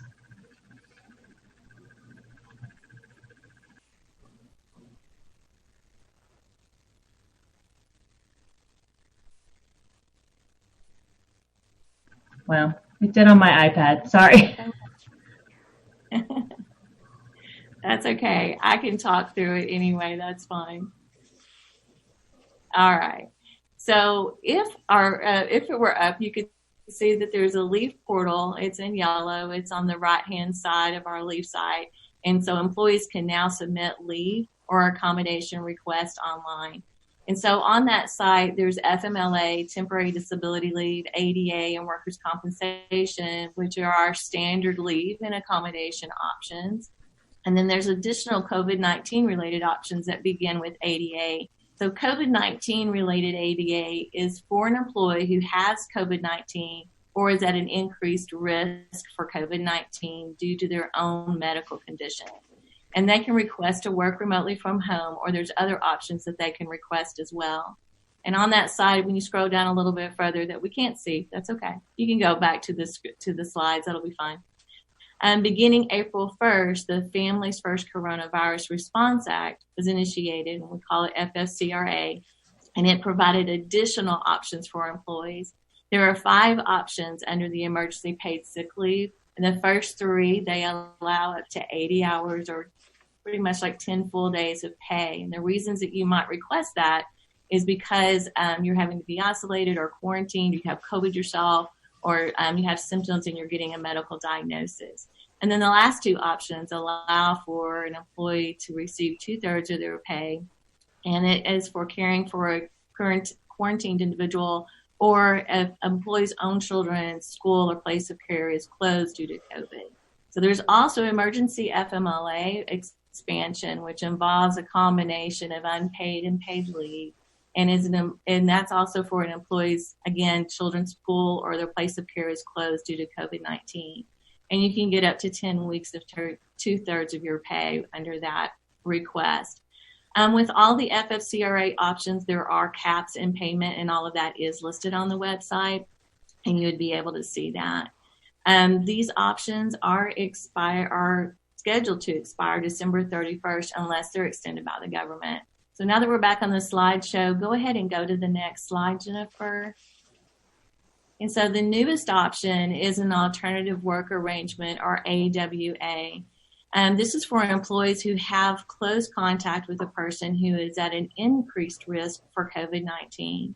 And then this option may allow an employee to work away from others in an isolated place on site, like a campus or in a department.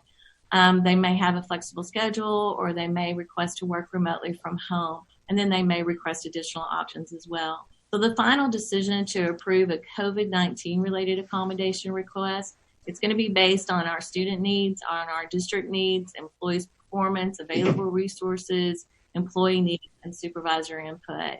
So that kind of summarizes all of our leave. We wanted to get that out there and let everybody know. I will tell you that to date, we have about 200 requests, and so we're working those as quickly as we can. So I'm going to go ahead and turn it over now to Terry Wooster, our Chief of Operations.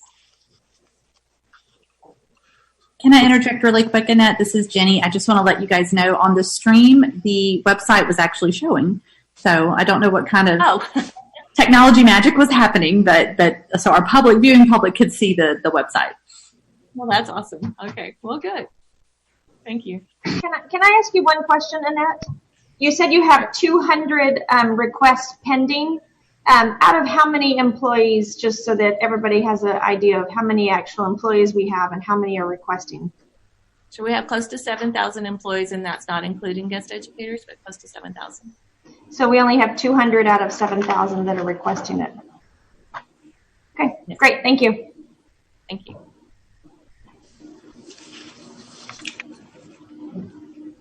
So Jennifer, this is Terry. If you could go to the next slide. Thank you, and good evening, President Weir and trustees.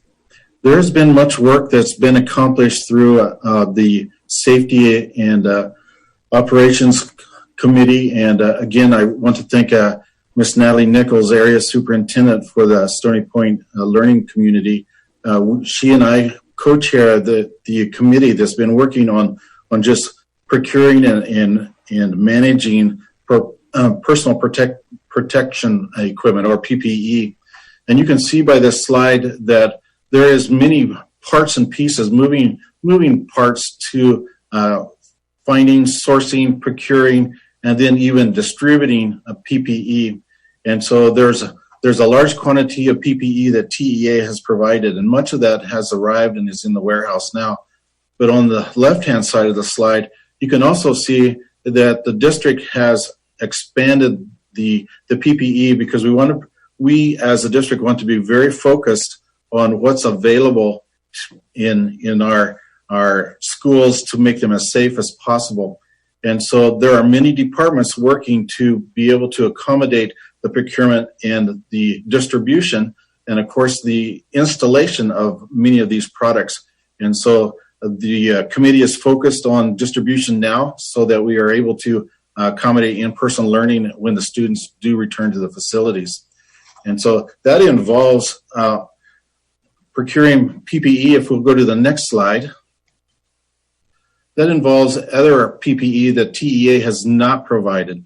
And so there are products that are important to students that are just not general population students. And for example, you can see in this graphic here that there's a need for masks that have a clear opening. So for example, the speech pathologists are able to work with students in their classrooms in in-person learning as well.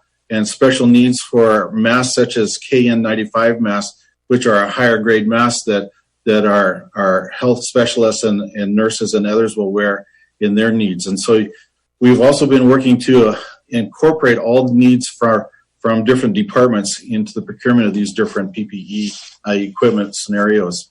And then lastly, the next slide, we are also cognizant that it's important to be able to have professional development modules, because as staff returns to the facilities, as well as our students return to the facilities, that there's an important understanding of what's the protocols of sanitation and what's the need for sanitation and how sanitation is best accomplished, the communication up and down through the district on what's needed in certain facilities and when products and different PPE is to be delivered upon request. And there's protocols, and of course there are updates, particularly jurisdictional updates. And so we're trying to be very flexible and very cognizant of the applications of different protocols. And so much work is going on behind the scenes in regard to PPE and preparation for in-person learning. And so with that, I'm happy to turn over the presentation to Dr. Audix. Yes, thank you. Thank you, Terry. And so, Jennifer, if you can take us to the next slide, please. So just a quick update in terms of the budget impact for last year. We've kind of finished 1920, so the non-payroll costs were just over $200,000, which was mainly for hotspots and Wi-Fi. Payroll costs were right at $840,000. And then for this year, literally in our board packet tonight, and we'll talk about it here in a little bit, one of the budget amendments is for technology, and that's around $800,000 for hotspots and software. So that's the quick budget update. And now I'll turn it over to our newest chief, Jenny Caputo, Chief of Communications. Thank you, Dr. Audix. Jennifer, we can go to the next slide. As you all know, we held 5 virtual town halls in July and then leading into August. And I want to thank our board members who joined us for those last 3. I'll say they were very well attended. With all 5, we had about 2,300 people that joined us actually in the Zoom webinar. Another several hundred for each one watched our live stream of those. I have to say, school districts around the state and country really have stood this up really quickly as a way to be able to communicate when we can't hold what we're used to, gathering in a cafeteria or a gym and having a public meeting. And while I know we all want to be back in person, I think we found that this is a great way to reach a bigger audience of people in a way that's very convenient. So I don't think this is going to go away. It was really an exciting thing to test out, and we'll be continuing on with that. Our first 4, we already knew what we wanted to focus on for those, sort of broad overviews, answering the questions that we were seeing the most of. But we also said that we'd be responsive, and if we found that there was a certain topic that we really needed to delve into, that we would do that. And that was special education was our first topic that we did that. At this point, I think we're looking at trying to maybe do smaller groups, help support campus communication, because I think that's really where parents are wanting to hear from right now is their own principals, and our team is here to support that. Looking maybe at smaller groups by learning communities. So that's where we're going from there. As you all know, we stood up a dedicated email back in March related to school closures. And then when we rolled out our Reimagining Education plan, we changed that to our Reimagining Education email address. We really wanted a personal way to connect with people if they had specific questions. Between those email inboxes and your Board of Trustees email inbox, we've personally answered over 1,600 emails since March, and they were all personal responses. Yes, some of them might have been the same because we had similar questions or concerns, but each one was read and tailored and a personal response. So in addition to having our bi-monthly summer e-news, our health and wellness newsletters, and our regular communications going out, we really wanted to be able to make sure people were having their questions answered in a personal way. I just want to give a shout out to Cindy Anderson and Amy Higginson on my staff. Cindy is so dedicated to both, or so dedicated to customer service. And if she knows I don't have the answer, she will track down the answer. She'll find the right principal. She'll find the right director. She'll get them to the right department. And I've received so many thank yous from parents who called our district main number over the past few months, which has been forwarded to a phone that Amy Higginson has been fielding from home. She has helped people find the right registration link, passwords that they need. So I just want to let you know we've got some great team members that don't always get a shout out that care so much about our parents and students, and are working really hard for that. All of those town halls were recorded and are on our website. As you know, we also made sure they're closed captioned.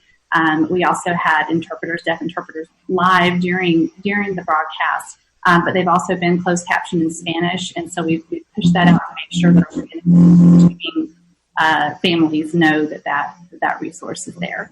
I'm going to send it over to Brandy to talk about health updates. Great. Good evening, President Weir, trustees, and Dr. Flores. I appreciate getting to speak with you guys tonight. We continue to communicate with Williamson and Travis County health authorities as we all learn more about COVID-19. The Austin Public Health has some updated guidance about face coverings that Round Rock ISD is looking to add to our plans. It falls in line with what most of the other area districts are doing, but it will be a change from what our original Reimagining Education document said. The first draft allowed for younger grades to take their masks off when in class and outside, but the studies on mask usage are just so strong, and this change reflects that. So Austin Public Health is recognizing that children in pre-K and kindergarten may have difficulty complying with the mask usage, but we will make some real effort to encourage compliance. It's also a change that face shields are not to be used in place of a cloth face covering. They're not interchangeable.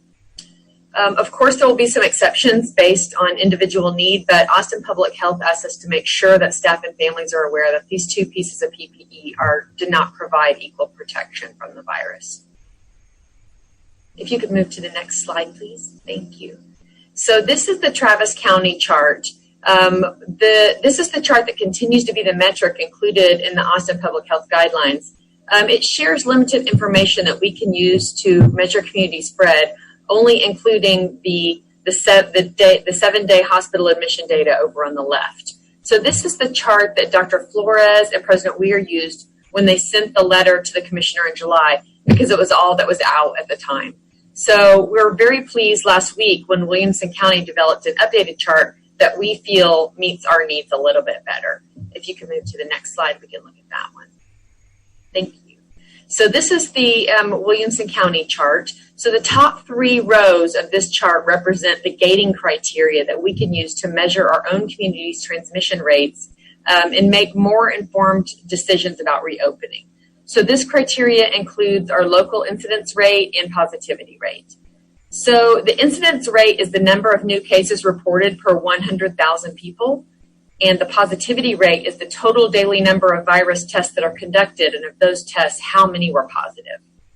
So the rate of positivity is an important indicator because it provides a more accurate measure as to whether the community is conducting enough testing to find the cases.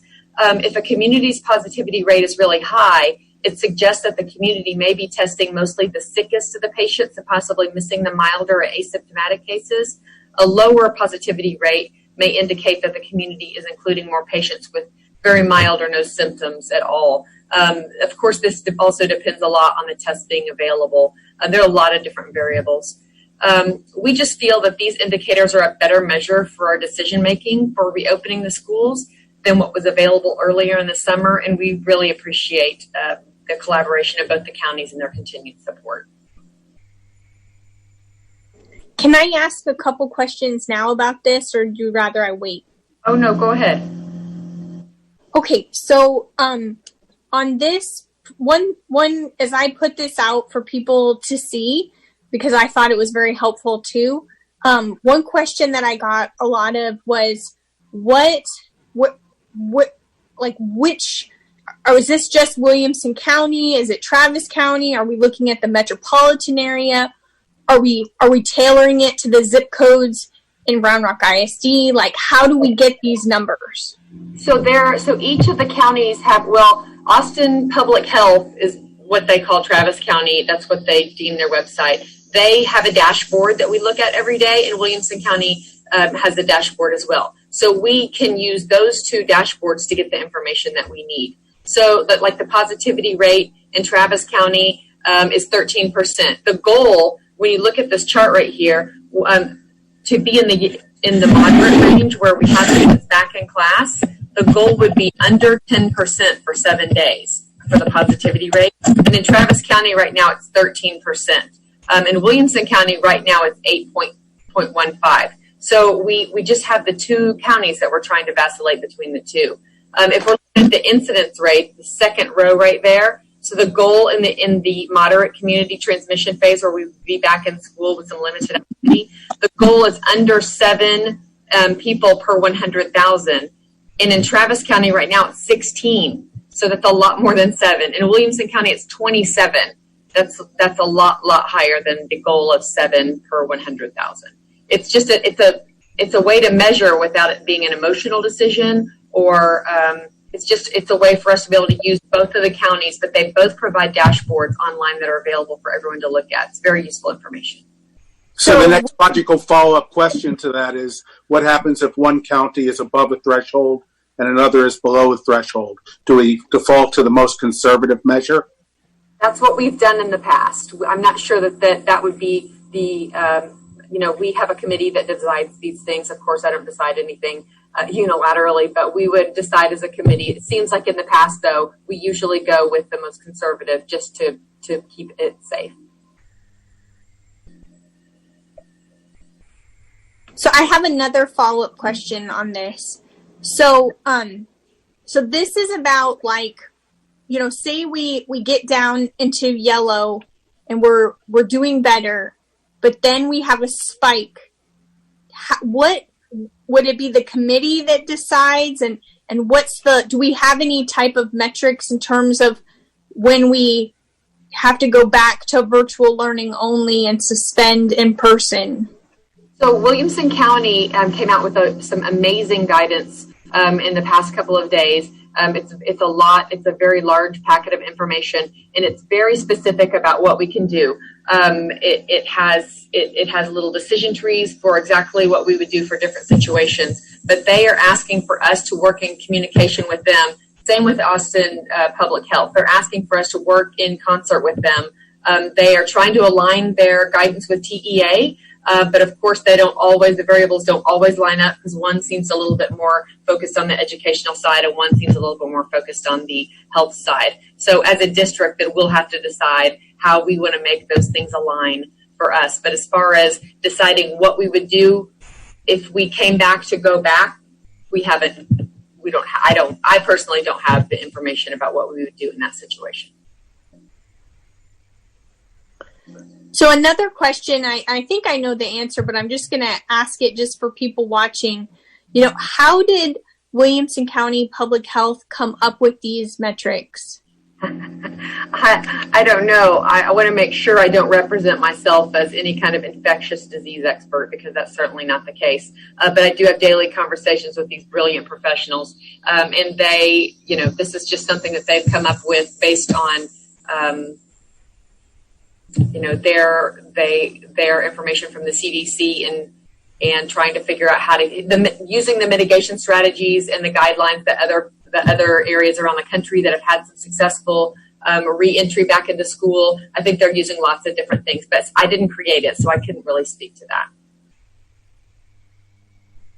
Thanks. I think that's all I have.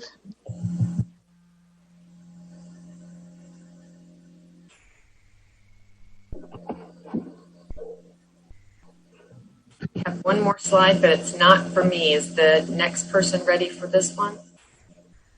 Yeah, so what we have now is what we started the presentation with, and I want to thank the entire team for such a comprehensive overview of our Reimagine Education as well as COVID-19. But it's a very self-explanatory slide, and we know that phase 1 is August the 20th. And again, we feel that, and we stated, and we don't expect perfection, even when we return to school. What's interesting, in all my 37 years of being an educator, I don't know if there was ever such a thing as a perfect first day. And obviously with so many unknown variables, one of the things that we talked about this year as we start the school year is to highlight flexibility. What that means is we're going to make mistakes. And so I know that we will be asking our parents and we'll be providing the grace necessary for those kind of mistakes that, sometimes come from, having to start a school. We don't expect, for example, on Schoology expert knowledge, we do want to assure everyone that it's going to take time. And as we learn together, there's going to be some bumps along the road. But August the 20th, that's I say all that to say that it sounds like a long way off, but it's 1 week from today. So August the 20th to September 9th is phase 1, and that's all students learning virtually. Then we will move to phase 2 with Hope on September 10th, where students can continue to learn and begin on-campus instruction for the first time. And then obviously, you got phase 3 is what I think everybody wishes that we were at, and it's a hope and a prayer, and we hope to get there. But we're definitely not there for phase 3, which is a return to what we would consider normalcy, or to what we would say even better, because we know that our students and our teachers want the daily interactions of that occur in a teaching and learning world. I was at Deepwood Elementary yesterday and at Stony Point High School, and it was really just a step back to say, wow, it's empty and it just doesn't feel the same. And so I get all that we want, and our community wants us to return to school, but we're just not there yet. So I hope that the presentation was helpful, and we'll entertain any questions at this time. So any questions for me or the team? And Madam President, I'll turn it back to you. Right, now we can see everybody. I know I have a few questions, but Amber, why don't you go ahead and go first? So my first questions are for Mandy, only because you talked about this. I'm not sure if you're the best person to answer it, but you talked about the technology aspect. Only because I was very involved in the distribution of devices back. Oh, hey, Mark. When we were handing out devices back in the spring, we were giving 1 if you had 1 or 2 children, and we were giving 2 if you had 3 or more children. Is that device ratio now down to 1-to-1 so that each student gets their own device? Yes. Okay, perfect. And then my next question, and I'm not sure if this would be to you, Mark, or Dr. Flores, or who, but I know one of the exceptions allowed for actually having a student show up at the door on August 20th is if they don't have technology or access to technology. Will we have been able to address all of our technology needs by August 20th, or are we anticipating any students actually needing to come into our buildings on the first day of school?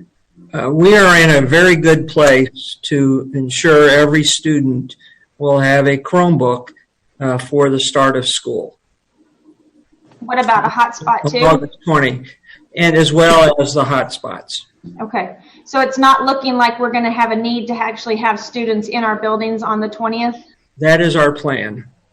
Let me add a little bit to that. I am working with the area superintendents and the principals in case that is the case. We're, basing the information we have on the best. We're basing our assessment on the best information we have.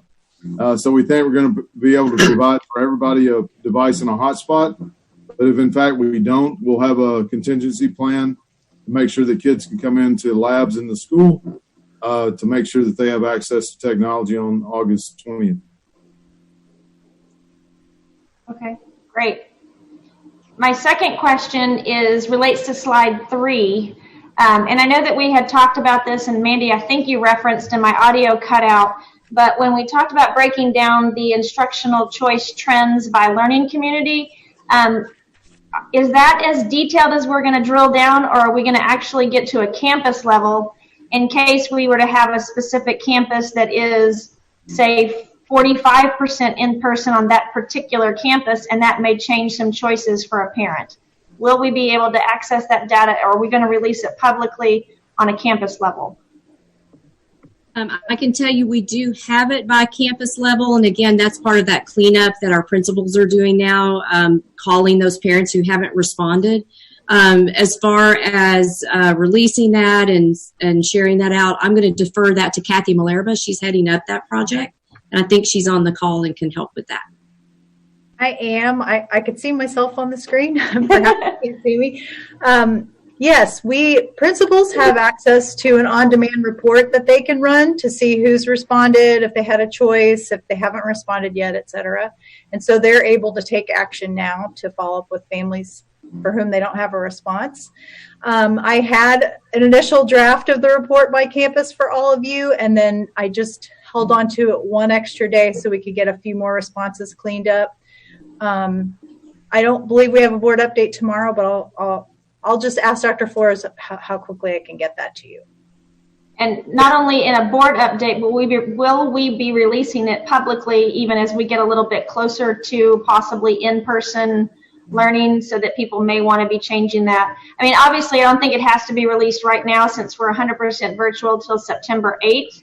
But as we're in the process of cleaning that data up and we get closer to a possible return, would we be able to release that publicly for parents to possibly, if it influences their decision? So, sorry, go ahead, Dr. Flores. No, the answer to that is yes, we can. But right now, one of the things that we want is accurate data out there. In fact, it was given to me on August the 6th from Kathy Malerba, and then she said, wait.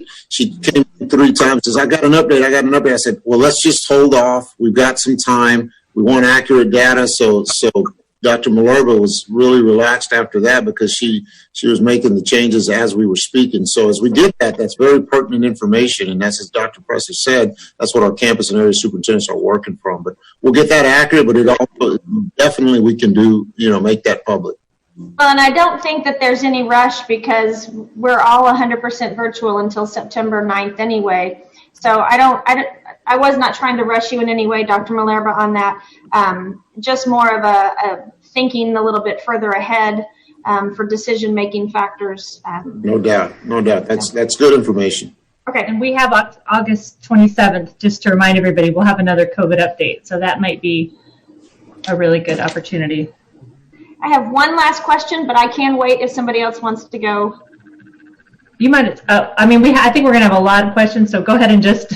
Okay, my next one is for Brandy, and you may not even have the answer for this one. I do not consider myself any kind of infectious disease specialist, and I'm quite confused by all the numbers that I hear here and there because I watched and follow so many sources. But I know at one point we were really looking at hospitalizations and that rate, and now it's positive test rates.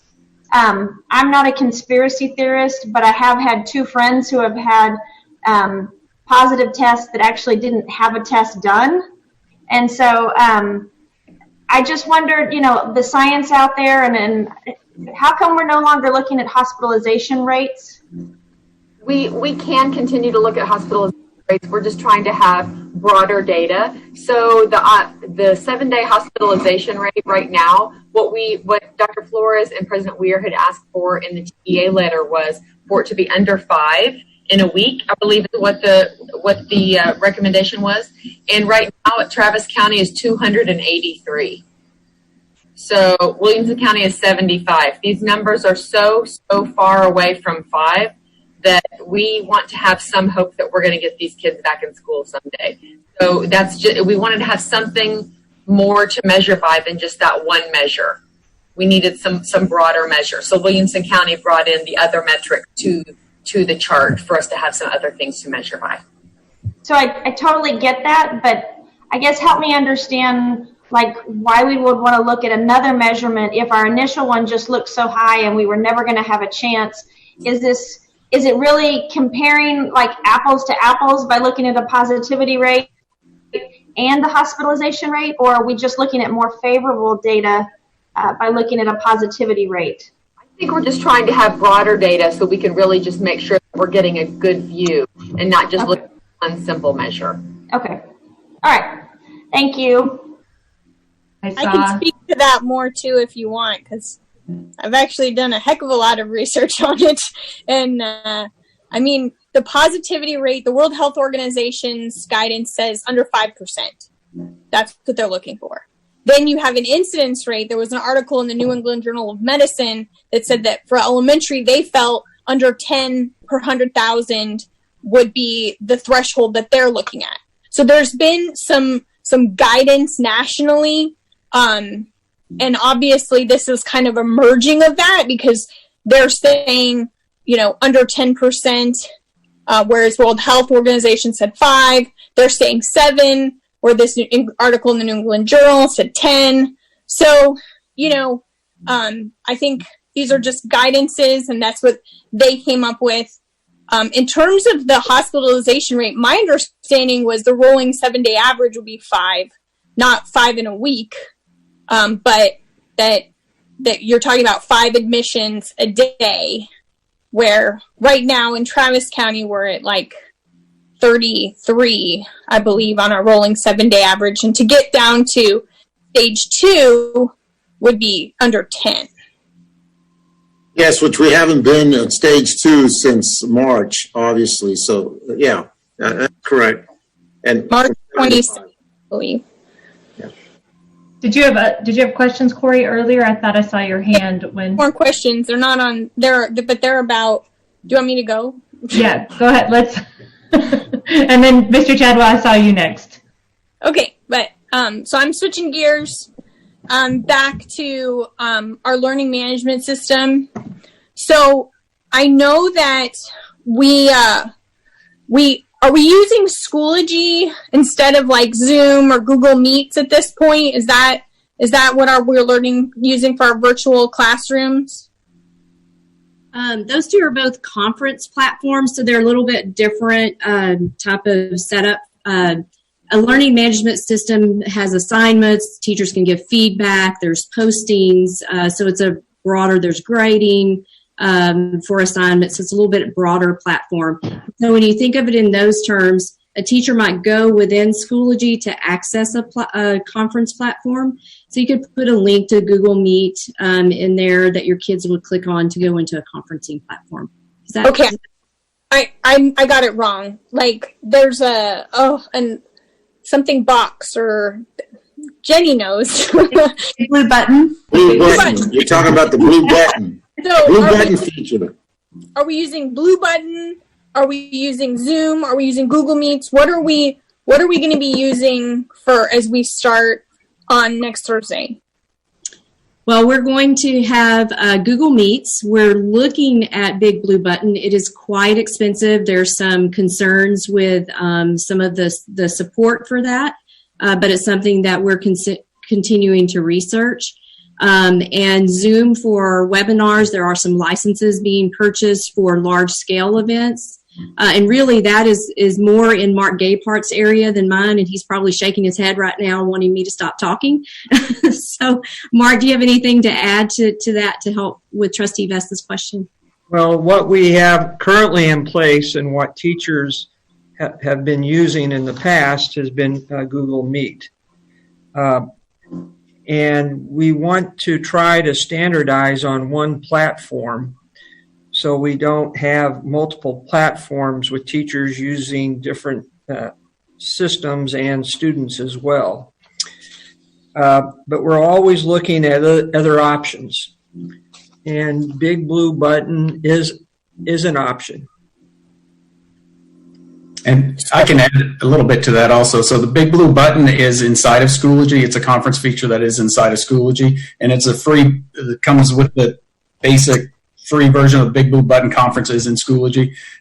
There are some limitations with that free version then because of the fact that they can only have 25 students in a session, or 25 people in a session, and counting the teacher. They also have, they limit, you can't download, if you do a video of the synchronous learning, you can't download it, you can't do anything with it. After 7 days, it goes away. And so that's why, as Mark said, we're leaning with the Google Meets. We know that we have access to it. It's 250 people could be on it at a time. And so it's just really, and the teachers and the students are familiar with that platform already.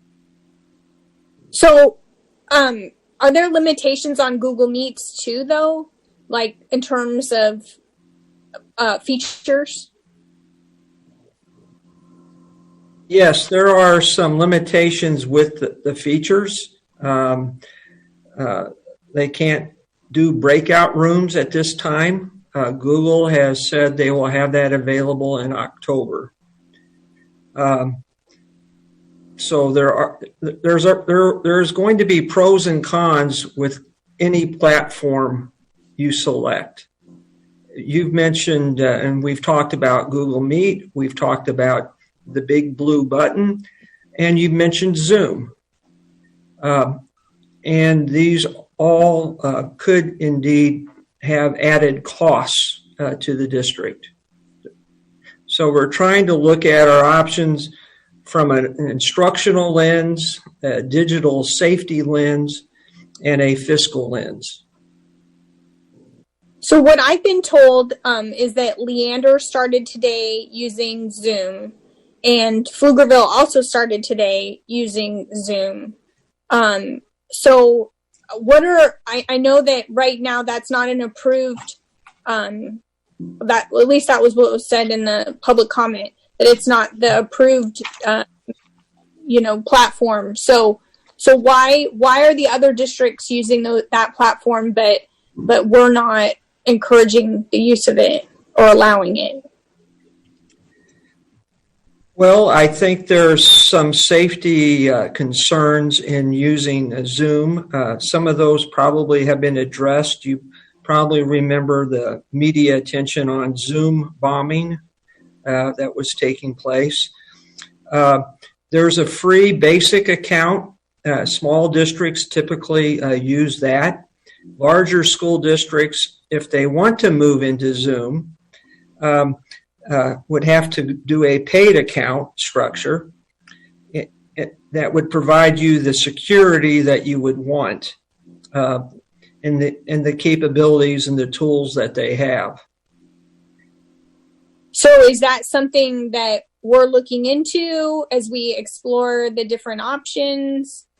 Yes, and as a matter of fact, that's tomorrow. That's a meeting tomorrow, and until Google can upgrade, we're definitely, if that's the teacher, that's where area superintendent input regarding from the principals and from their teachers. So yeah, we're looking at that as a possible feature, anything to alleviate some of the concerns. Well, I just know that, personally, I've gotten pretty familiar with Zoom, not only because we use it on these meetings, but I pretty much use it almost on every other meeting that I have. So I think that probably our teachers are not unlike me, who've gotten pretty familiar with the Zoom platform, and given the fact that the other districts are using it, it was kind of like, okay, well, why, if we're familiar with it and it has all the tools that we need, and it has these additional security features, then why aren't we considering it? So it's good to hear that is not, that we're still, in that process, and that their feedback, is being taken into account, and that there'll be more on that tomorrow. Yes.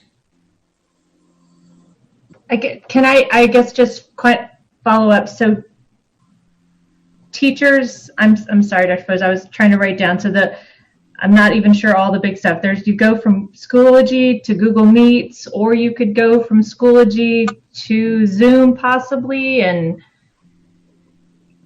that's where teachers are having a problem with that being, because I've heard some of that same feedback, the concern of teachers, kind of the switching in and out and trying to make sure everything's safe, and how do we make sure we're not violating FERPA and that sort of thing. So Well, one of the concerns with Zoom is under age 13, we would have to have parents sign a form for parental consent. It's something Zoom has put in place. I think also, I think you brought up a good point, President Weir, with the teachers having to go back and forth and students having to go back and forth and really trying to standardize on one platform that they're familiar with. Because what we're trying to avoid is having students go into their first period class and use Zoom. The next period, they're going to use Big Blue Button. The next period, they're going to use Meets. And so that's why we're really looking at trying to standardize on one that we think will best meet the needs of everybody. I guess, and I'm sorry, Corey, because I know you're probably not done with your questions, but I guess then my follow-up would be if, say, Big Blue Button could theoretically do everything else, but it's a fiscal issue. I mean, is that, and that we just need to purchase a different license? I mean, is that something, we're about to make budget amendments coming up in just a few minutes, hopefully. I mean, is that something that you would say to the board, like right now, like it would alleviate a lot for our teachers if we had this more expensive version and we could get that new license and we can just help them? I mean, they've got a week, and I know there's a lot of stress out there, as we heard from all our comments and all of our emails today. Yeah, that's what, and I'll take that one out. I'm sorry. Go ahead, Dr. Flores. No, I was just going to say that's why we're meeting. I mean, that became something that was a concern throughout, just with principals and area superintendents letting Dr. Presley know. And so what we said, and I said, I'm going to be on the meeting tomorrow. It's going to be with Jeff and others and Mark Gabehart and with Kenneth Oddix, so that we will, as soon as possible, one of the things we want to do is alleviate the concern as much as possible. We also know it's a pretty expensive feature. However, one of the things, and if Google can't do that, that's where we're saying tomorrow as a team, we need to get into the hands of the teachers the best tool possible to alleviate some of that concern. So we're basically on the same page. We're just not there yet. But yeah. I was going to say, because I'm just trying to envision it. I thank God, honestly, every day that this didn't happen 10 years ago when I had 4 elementary kids and a baby. I would have been dead. Thinking about going, one of them's on Schoology, one of them's on Google Meets, one of them's on Zoom. It would have been the end of me. So, no doubt. And that's why we said we want to standardize. And I think that was, Jeff used a great word, standardization of that. And those are things that we're learning as we move forward. And I said at the budget adoption in June, I said, this is going to be the year with COVID-19, the year of the budget amendment. And this will hold true. But Dr. Presley was going to add something because he was leading that discussion this morning early with the area superintendents, and that came up. Yeah, we know the concerns of our teachers, and what we're working on now is looking at anything we can do to enhance the Big Blue Button. We have access to the Big Blue Button, but not all the features that the Big Blue Button has, whatever that means. So we're looking at the cost analysis on extending that. But as Mark said earlier, with Google Meets expanding their platform, what's happening right now with all these companies, and I think Mark can kind of vouch for that, they're all competing with each other to put the other ones out of business, basically. Yeah. I mean, that's kind of what they're doing. Yeah, Google has 100 million customers. And Microsoft Teams has 200 million customers. And Zoom has 300 million customers. And Google is spending a tremendous amount of resources to beat Zoom and Teams. And that's what's happening right now. Basically, where we are right now with the big blue button is that there are features we can pay for and get right now that would accommodate and maybe add some features for our teachers that would be good for our teachers. We get that. Google Meets that we have is expanding in October. So we're basically looking at a situation where if we spend the money now and articulate the big blue button abilities before we get the Google Meet abilities in October, And my personal philosophy is we put every tool that we can in our teachers' hands to be as effective as they can starting day one. So that's why we're having the meeting tomorrow. We're going to look at a demo to see what added value comes with the expanded big blue button. That's hard to say multiple times. Y'all should say big blue button several times to get the added features. I've heard from some of our teachers, this district and that district, they're using the full package with big blue button. But in researching that, that's not true. They're using the same adaptable pieces that we are right now. So bottom line is we're going to put the best tools in our teachers' hands that we can on, before the start of school next Thursday. And everything's late breaking, like everything right now changes hour to hour. We do have Google Meet on the way with an expanded platform in October. And so we'll look at the cost analysis of that. Is it beneficial or is it not? And we do have a meeting tomorrow with the area superintendents. Mr. Gabehart, Jeff, is actually going to profile that for us, and we'll make some decisions moving forward. But we're committed to making sure our teachers have the best tools that they can possibly have in their hands to meet the needs of their kids on day one. I saw Amber. Well, I know Chad's next. I just have one follow-up on that. What kind of money are we talking about on this big blue button if it had to come to the board? Like, I know you're saying it's very expensive, and I'm not holding you to any numbers, but like a round figure. Are we talking about $500,000? It's about $127,000 a month. So you could pay for it by the month. Yeah.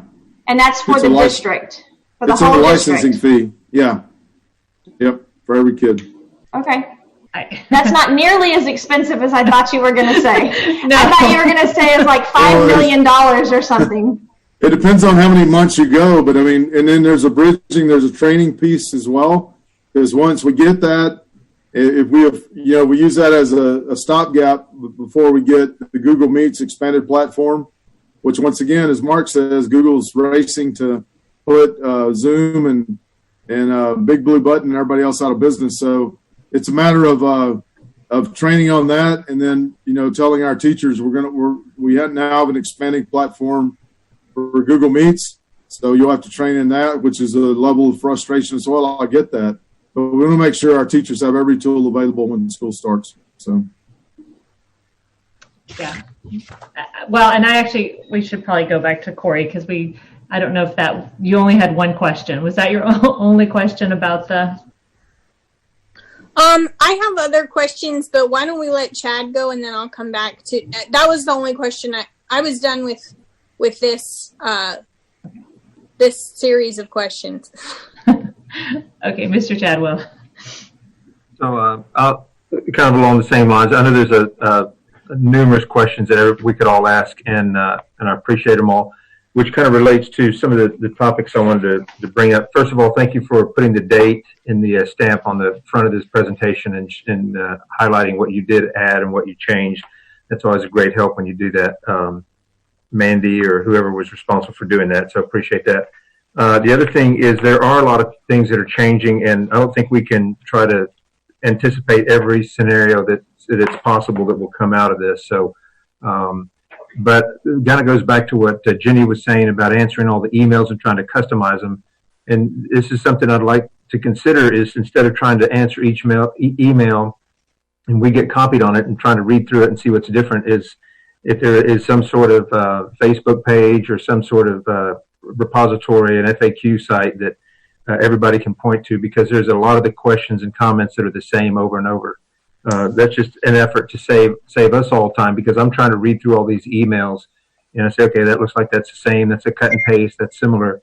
But I don't want to miss something either. So that's the other point I wanted to make.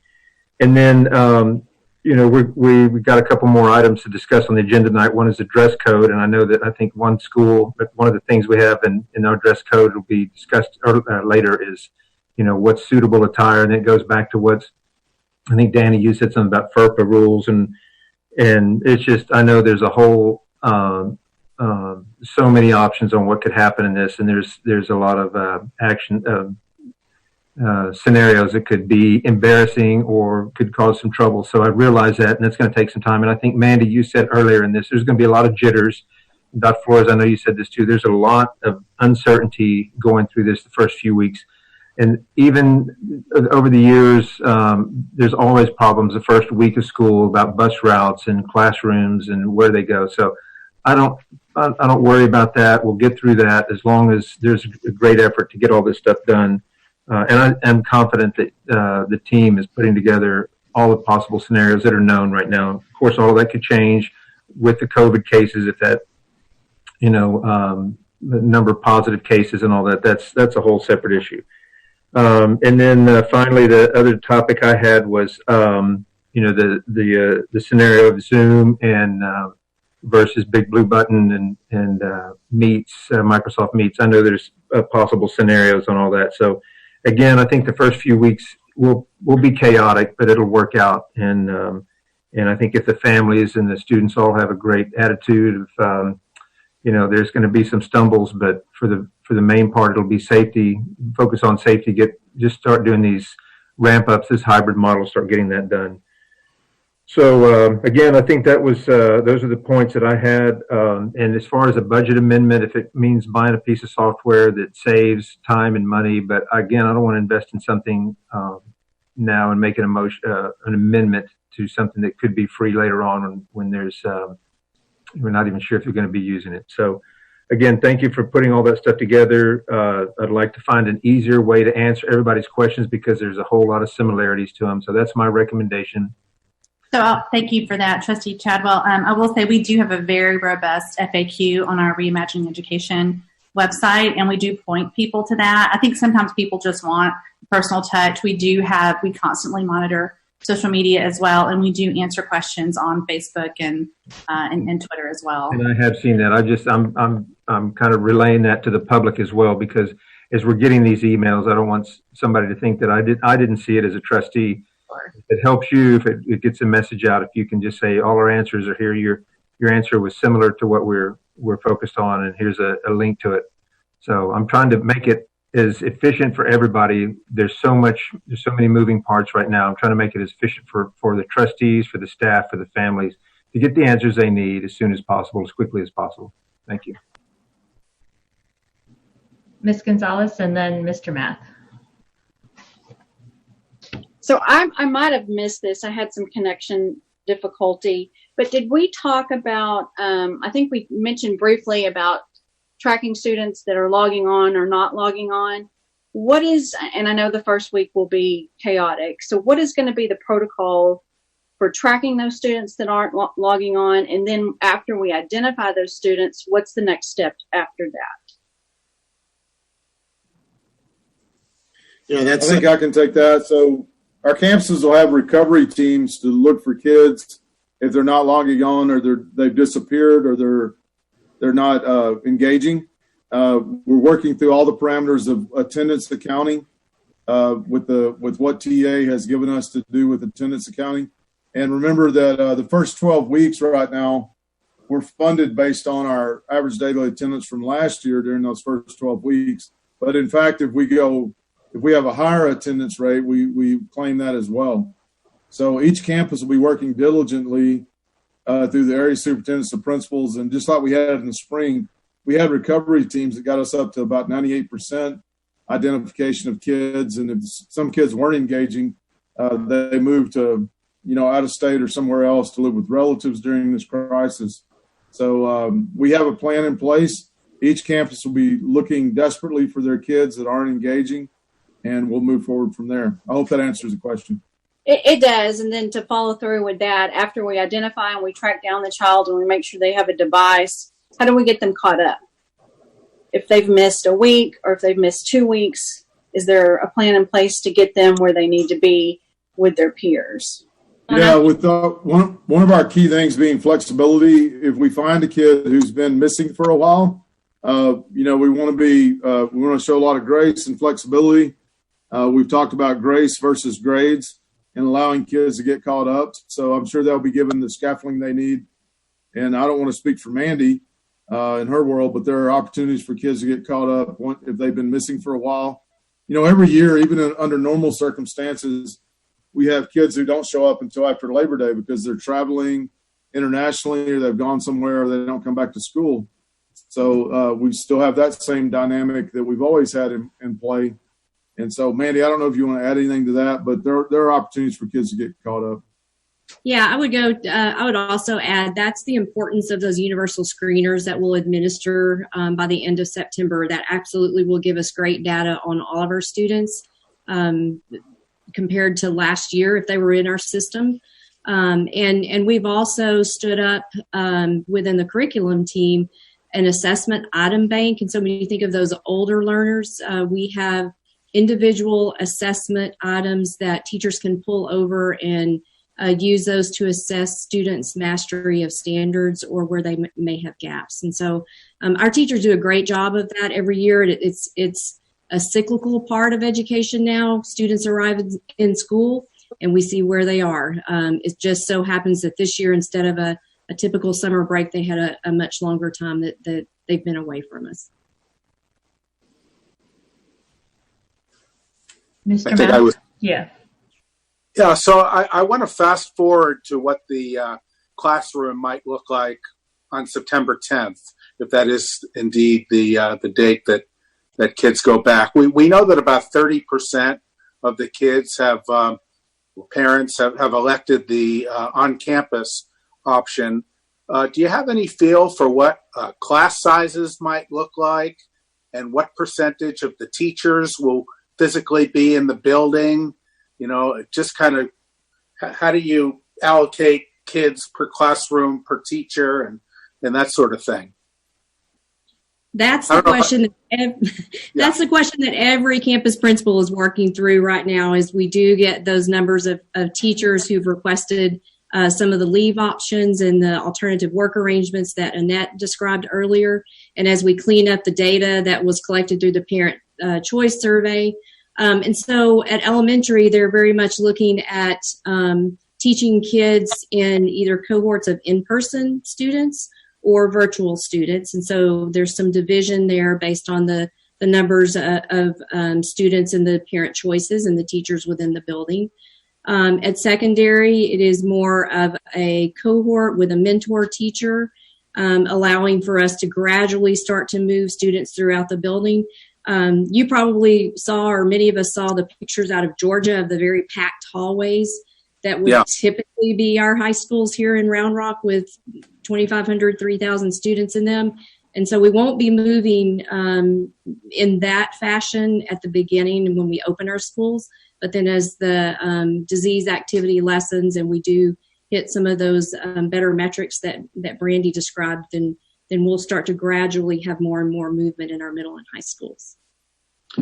Okay, so let's take a high school class, and let's say that there are 12 students in the class and one teacher, and it's synchronous learning time.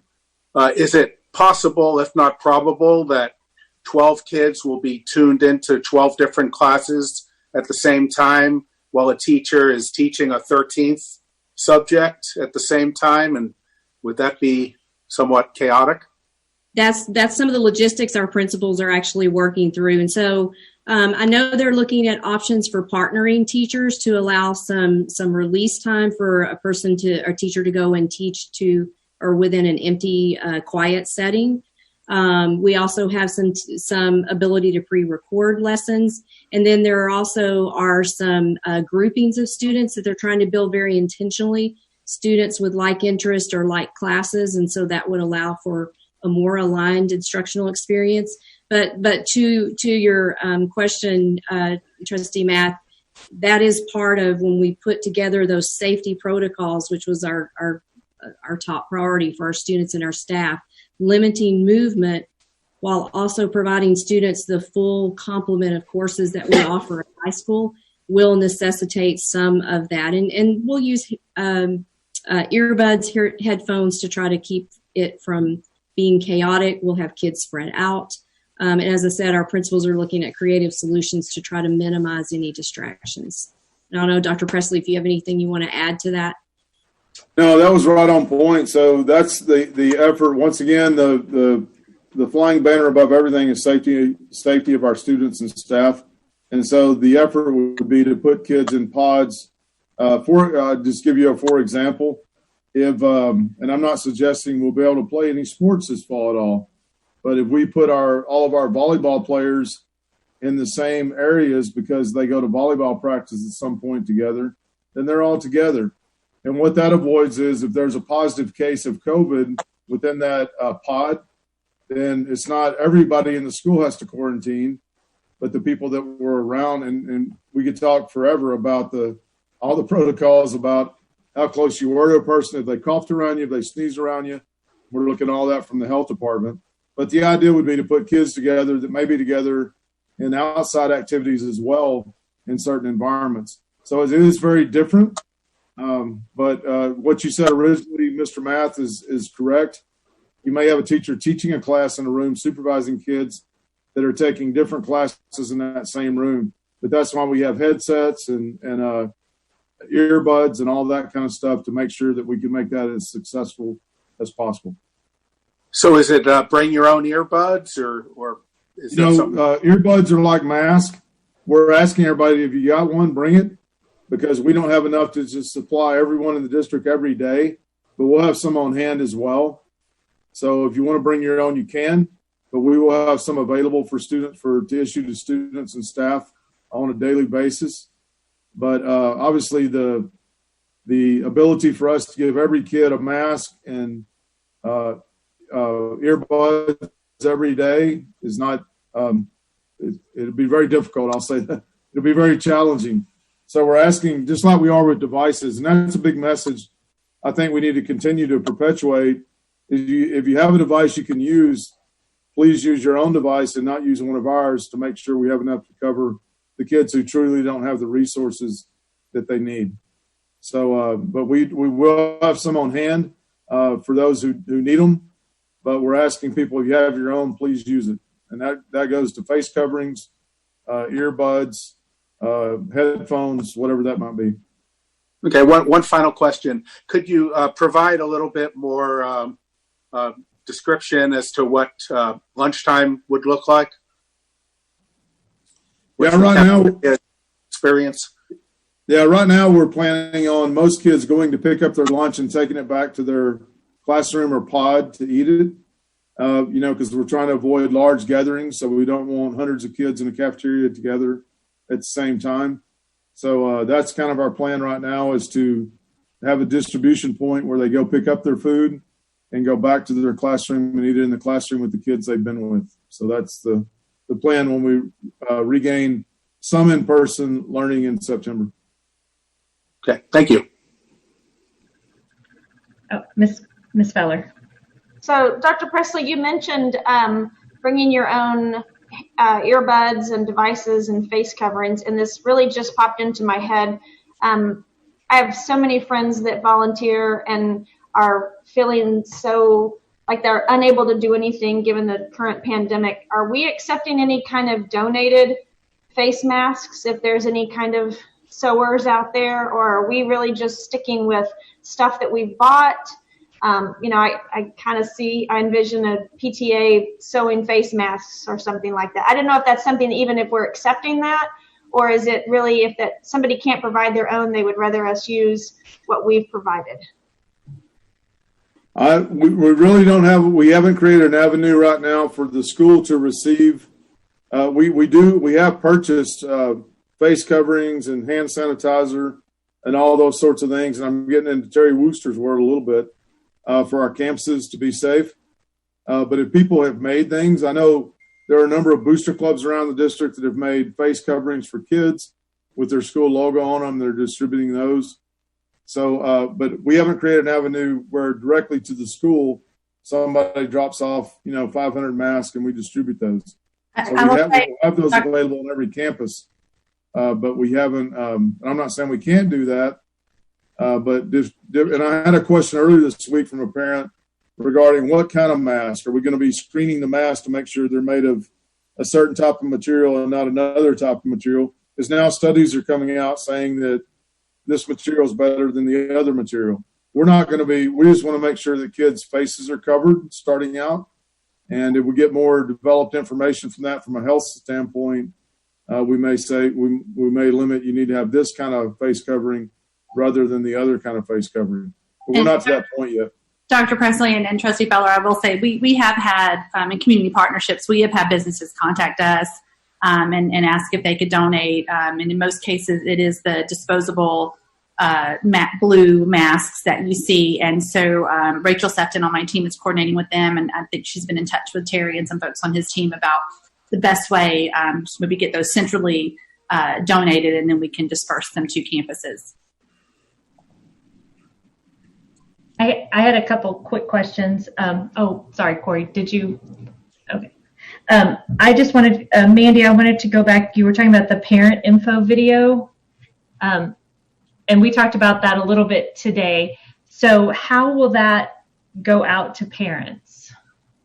So that overview video went out on Twitter and Facebook today, I believe, Jenny, and it points back to a web. It's posted on our Reimagining Education website, but we also did a Facebook and Twitter post, and I don't want to steal your thunder, but we will be sending an email tomorrow directing people back to it. Okay, that's what I was going to ask, because I kind of was checking my email earlier, and I was like, I didn't get that yet, because I don't really look at Twitter and Facebook all that much. So we anticipated going out today, but there was some information that we were going to include that on the back end, from an IT standpoint, we weren't quite ready. We didn't want people to get frustrated. And so we just delayed that for about 12 hours. And then it's on the website. So if teachers wanted to go see what parents are being told so that they kind of have an idea what parents are expecting of them, they'll be able to go see that as well. Awesome. The other question I had, we did have the one speaker that was talking about iStation and the problems possibly for the deaf community. I guess, how are we addressing that if we're, sticking with, if over the summer people had issues with some of these platforms? Yeah, so the iStation is a TEA approved screener, and so it is used for reading, and it contains rhyming words, phonemic awareness, some of those activities that in the case of a student who is severely impacted by hearing impairment would not be typically what they would engage in to learn to read. And so there were some accessible activities that were provided this summer to replace those activities. And that's what we'll continue to do, and or provide another resource that would be more appropriate for a student with a modified curriculum. But it is a TEA approved screener, but obviously not necessarily appropriate for each and every student in the district, depending on their circumstances. And then I just had one follow-up question on the social emotional learning. I guess just sort of thinking about even looking at our screen, right? People go black if they're not talking. Maybe if something embarrassing is happening behind you or somebody walks in, your screen might go, you might want to turn your screen dark so people don't see what's going on, especially if you've got a lot of siblings, that sort of thing. Or, your bandwidth just can't handle the picture for a little while. Do we have a protocol for that? When kids check in for teachers, I'm assuming they don't have to be physically on screen like we are now. They could maybe be like Dr. Oddix and just do a voice check-in maybe? We have, in our summer school, we developed some virtual learning etiquette guidelines that were shared with the kiddos. In many cases, we would want them to be on screen so that interaction can occur, but there are other times when a teacher might ask everybody to darken their screen so that the attention was focused only on the teacher in the case of a direct instruction. And so we'll work through all of those. I will say I don't anticipate we'd have situations in which a teacher would force a kid to be on screen in an embarrassing situation. Now, given that said, the teacher might want to see the student to make sure that they are engaged and that they haven't blackened their screen and gone into another room for the entire time that they're teaching. So I think of that in a similar fashion to when kids are on campus in classrooms. Teachers may redirect kids, try to get their attention, or ask the class to be quiet when they're directly instructing And so those types of activities will look a little different in a virtual environment, but teachers will still be managing student engagement and discipline and so forth, and should absolutely be doing that in a way that doesn't ever embarrass the student. Yeah. I think. Go ahead. No, go ahead, Amy. I'm sorry. Oh, I was just kind of thinking to the bandwidth thing. You know, sometimes when your screen goes wonky, you'll just turn off for a little while, or so you don't get kicked out. And I didn't want anybody to be punished for that, maybe necessarily. I think. Yes, go ahead. Go ahead, Mandy. We're all trying to talk at once. I'm so sorry. This is part of the fun with meeting with large groups of people online. But yeah, I mean, our teachers are caring individuals, and I hate to say never ever, but I don't think that's usually how our teachers approach teaching and learning here in Round Rock. And I think all of us have experienced enough of that situation where there's a lag, or perhaps it completely drops and someone has to sign back on, that there'll be a lot of grace for situations like that. Yeah, and it's in some ways it's very different. In some ways it's not much different, because a teacher, if you talk about dress code, for example, what's appropriate and what's not, I would expect our teachers, if a kid is on the screen and not appropriately dressed, they would say, hey, you need to mute yourself or mute your camera and put on something more appropriate. I mean, it's not any different than a kid who comes to class inappropriately dressed in a normal environment, where they would address that concern as well. And that's why we didn't adjust our dress code, in our code of conduct. It's kind of like, we just want everybody to do well. We want you to be appropriate. And then we're going to have all kinds of, it's a brand new adventure for everybody, right? So on how we deal with that it'll be a discipline issue. It'll be a issue of this kid's not complying. But I think, as Mandy said, our teachers show a lot of grace, and I have all the confidence in the world that our teachers will manage that and handle that within their classes as appropriate. So that's all I was going to add. Thanks. And Ms. Bessa, I think you had another question. Okay, so I wanted to talk a little bit about some issues that came up today as Leander and Pflugerville started their first day of school. So first of all, I think a lot of people probably know about the fact that Leander had to delay 2 days for high school because they had a problem with the capacity of their content filtering and network bandwidth.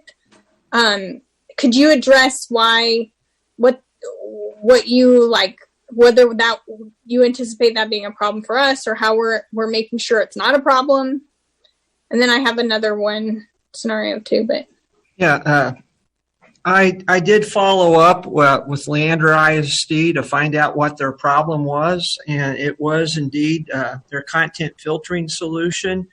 They needed to purchase additional server capacity and upgrade their software. They use a solution called Content Keeper, and we also use Content Keeper, but we've already purchased the appliances and the servers and the software to have updates, and we are ready to go. Great. All right. The second question I had was that one of my friends was talking about, and I think it was already brought up a little bit, maybe by Amy, but that the kids in their like, I have one friend who has 4 kids who are doing Zoom at the same time. And sometimes they get bumped off because not only are they doing it at the same time, but their parents are trying to work as well. And so what do we do when kids start, like, they can't get on because they just don't have the bandwidth in their homes? Like, how do they make up those minutes or make sure that they get caught up? Is that during, like, they go talk to the teacher during the asynchronous time and figure that out, or what's the plan to make sure that the kids aren't, losing instructional minutes because they just, their bandwidth at home just isn't there? Yeah, and those will probably be case-by-case situations. That can even be, I know in my own home, the placement of a router can make a difference, I've learned, and how close I am to that. But I will tell you that TEA allows for, within the asynchronous attendance model, several different ways for students to participate. And one of those is asynchronously. And so what that would mean is that, for example, if a student didn't log in during the synchronous portions of the day, maybe they were even working or they were not feeling well that day, they could go on in the evening and complete their work and still get credit for the day's work for attendance and obviously for the work as well. Now, our preference is that they do engage with the teachers. We think that's the best way to learn. But there's multiple, 3 different methods by which a student can be deemed to be present and engaged in the content virtually. That's helpful. Thank you. I didn't actually know that they could miss the synchronous learning time and still be counted present.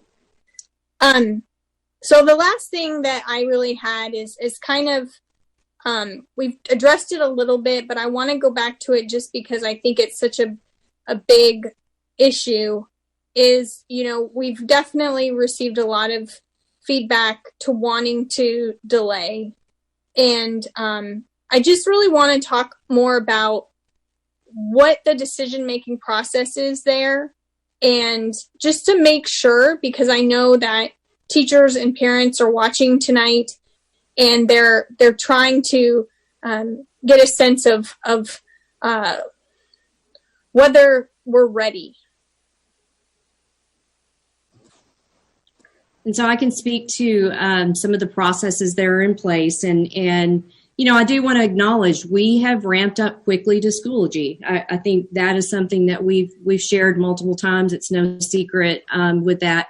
And we do have a sense of urgency about getting back engaged with our students again. And so, I want to start by acknowledging that. We did fortunately purchase or start that purchase back late in the spring when it became apparent that this was probably going to be continuing on into the fall and that we needed a more robust learning platform. And by the time we purchased and then sync all the systems, now we're in the latter parts of the summer. And our teachers just came back to work across the district on Monday, which was the day that training began. So we have at every campus an ITS, a librarian, as I mentioned earlier, that are providing that training. We have a help desk that will be available this coming Saturday for our teachers. We also, like I said, have resident experts there at the campus. And I think what we've said throughout this meeting on several occasions, and I'm sorry, I don't recall who to credit this to, but we are not expecting perfection, but we desperately want our teachers to start engaging with kids. And just like with any new school year, there'll be a few hiccups along the way. I don't think any of us would sit before you and say it is going to be without any hiccup anywhere on the first day of school. We wouldn't say that if we were all on campus in a typical year. But we do feel like we are all systems go, and we feel like we have the supports that teachers need. And we will work through it and learn alongside the kids, as Dr. Flores said. And we'll continue to provide support so that all of the features within Schoology teachers will be able to use as we go into the fall. Know that we're starting out with just the essential. We don't want to overwhelm teachers, but we'll be adding more training about all the bells and whistles that are available within the platform as the year goes on. Does that answer your question? I mean, does anybody else have Dr. Flores or Dr. Presley? Any other comments? I think Mandy did a great job. And so I will just say that obviously these are tough decisions. And just by the questions asked tonight, I applaud each board member for the questions and the comments, because it just details the complexities of what we're dealing with. And so what our teachers are dealing with now that they're back on contract. And so for us, it is all systems go, and we're not expecting, and I want to just be very clear, and I want our parents to understand, we're not expecting perfection on the first few days. We're expecting the opportunity to learn and grow together. But what's more important than anything is that our students and staff are interconnected again, or connected again with regards to teaching and learning, which is what is our core function in public education. And yes, could we delay or do some things that may happen due to the circumstances that we will be discussing on the 27th of August, if that is the date that is so decided. We haven't obviously posted the meeting, but that is where we will have those discussions to get back to what Mr. Mathis stated. What does phase 1, phase 2, or phase 3 look like upon return in our classrooms? So what we're saying is we're going to create the opportunity to have more and more, I would say, confidence that we are Round Rock ISD. We have a lot of, opportunities to grow together, but we're going to take this very seriously as we move forward. So I just commend the staff and the questions asked today, because the level of questions and to the degree they answered them makes us, I think, anybody watching should be proud that the team assembled in Round Rock ISD is ready for August the 20th. And we're ready to adjust on a moment's notice. But we can do that better if we start, because here's the deal. If we don't start August 20th and we start August 27th or September 8th or what have you, teachers and staff and everyone else is such perfectionists that there might not be ever a good start date. So what I would say is give us the opportunity on the 20th. Let's work that. It's a Thursday. There's a specific reason why usually in Round Rock our calendar committees always come back with a Thursday and Friday, because they know it's a shortened week. They make adjustments during a normal year. So this calendar allows us to do that Thursday, Friday, and then make any adjustments that are whole scale. And you mentioned as well Pflugerville and Leander, the fact that they started today, and you mentioned some of the hiccups that are unfortunate and sometimes unforeseen. We'll hit some of those as well, but we're going to try hard to learn from others as well. So thanks for the questions. Thank you, Dr. Flores. Oh, Ms. Feller. The last thing I want to just say is to go back to that big blue button expense of $125,000 a month. And if we looked at that over August, September, October, November, it would be 4 months total, which is $500,000. If we approve the budget amendment, we're putting $500 million in for COVID-related expenses. I just wanted to say that if that's the route that you guys decide you want to go tomorrow, it seems like a very good option to make it seamless for teachers and families and kids. And while free is definitely better, if it's something that will make easier outcomes for our students and families and teachers to access education, I'm fully support that. I mean, as much as possible. And I just wanted to throw that out there. Something could happen with the Google upgrade, and it doesn't happen in October. Could be pushed back to November. Whatever. But $500,000 is a lot of money, but if it's going to make it easier for everybody, I would fully support that if that request came forward. Yeah. Sorry. I agree. And if it came forward even as a contingency at the end of this meeting when we talk about our budget amendments, maybe we can talk about that. Were there any other questions on the COVID update? Okay, it is 9:47, but I kind of feel like maybe we can just push through, or can we just have 5 minutes to use, because it's been 2 hours since our last break, and we need a little break.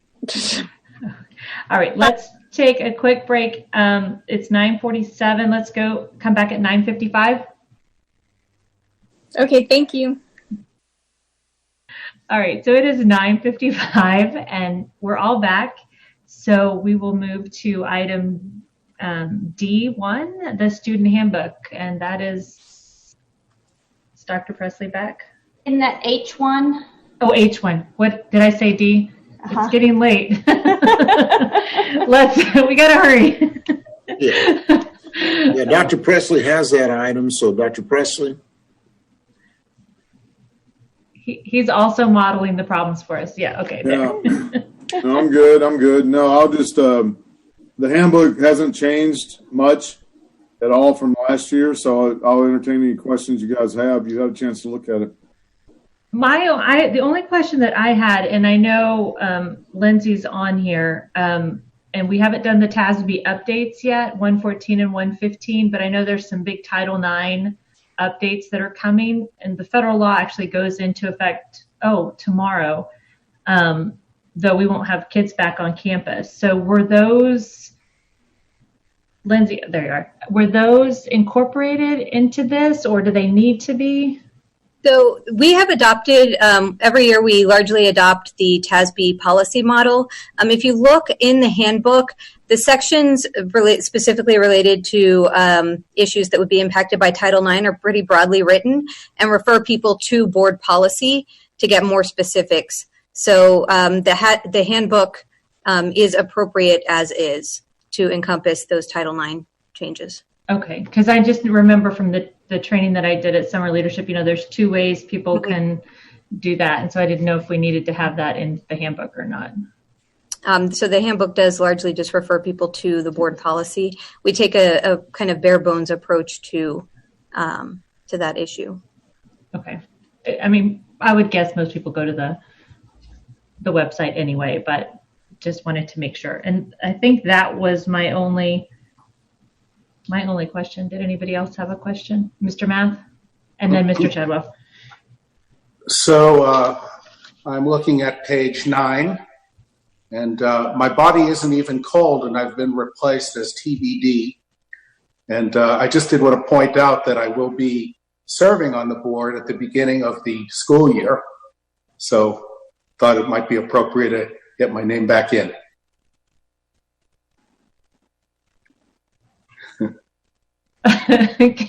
Can we add in back Steve Math, Dr. Presley? Absolutely. I didn't know that was taken out. I apologize, sir. We don't want to exclude you prematurely. Okay. Mr. Chadwell, did you have a question? Yes, just back on page 59, the dress code, and I think I mentioned that earlier. I know that's always an issue. It's very subjective, and with all this Zoom that goes on, I don't know how you're going to enforce it. If some a student shows up with, I don't know, inappropriate, what do you block them? I don't need to know the answer, but I just know it's going to be a big challenge. If they're inappropriate, their attire. So good luck with that is all I can say right now. It's going to be interesting. Thanks for that. Is that part of the teacher? I guess I'm kind of just curious now. Is that part of the training for the teachers? Are they getting any kind of guidance on how to handle that? Well, I think our teachers are intuitive enough. If the kid is doing something inappropriate or wearing something inappropriate, they will address it in real time with the kid who's on the screen with them. So it's a new dimension, though, to deal with that virtually. Because normally you might contact the office or send a kid with a referral if they're refusing to comply. So we're navigating that with our area superintendents and principals, but we do realize that could become an issue. And this was a big concern when we went into our emergency mode in March, right?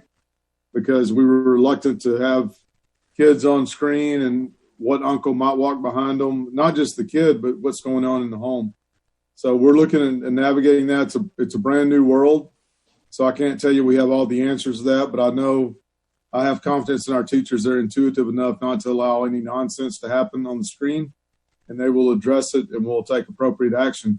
But we haven't amended our code of conduct, our handbook, in ways that, would in written form mitigate that. So we're moving forward. Just do what you're supposed to do, be appropriate, and that's kind of the marching orders we have right now. Can't send them home.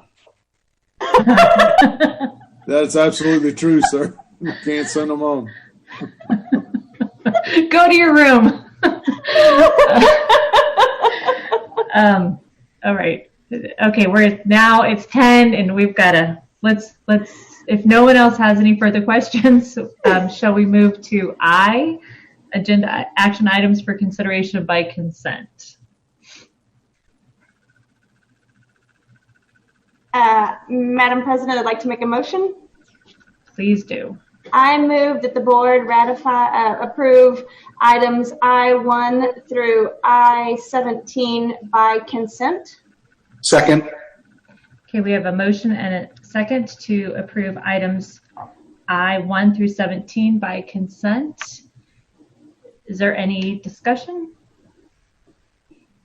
Hearing none, I think I can see everybody on the screen, so we'll do a show of hands. All those in favor?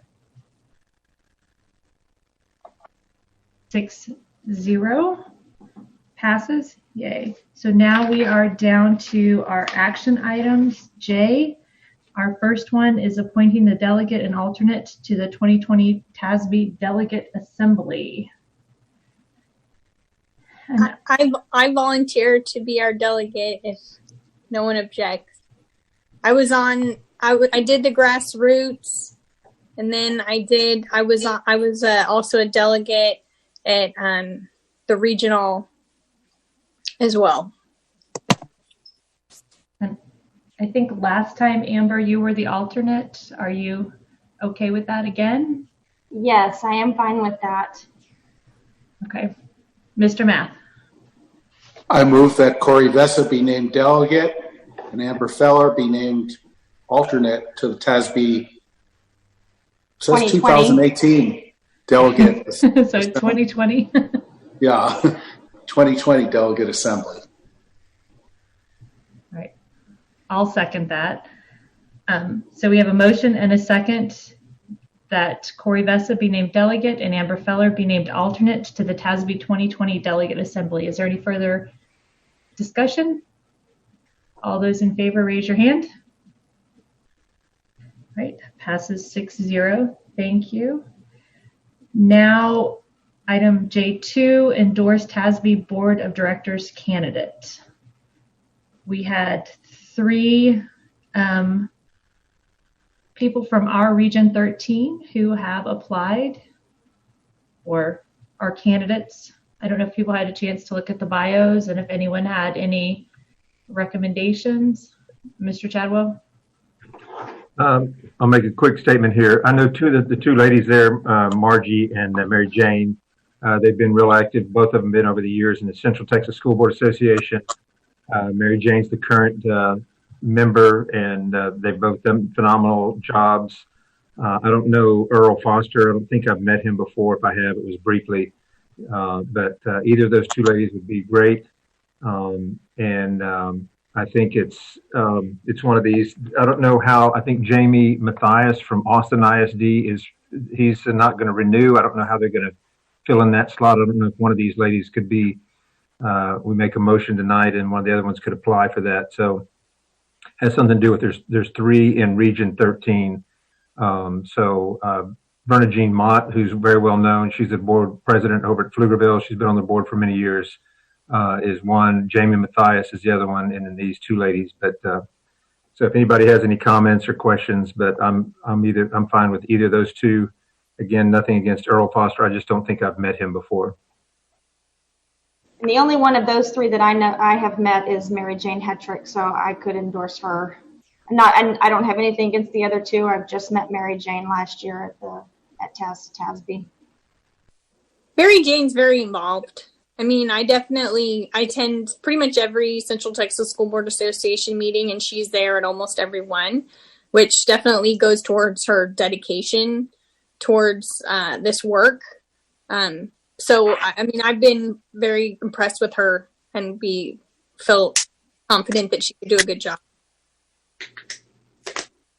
Mr. Math.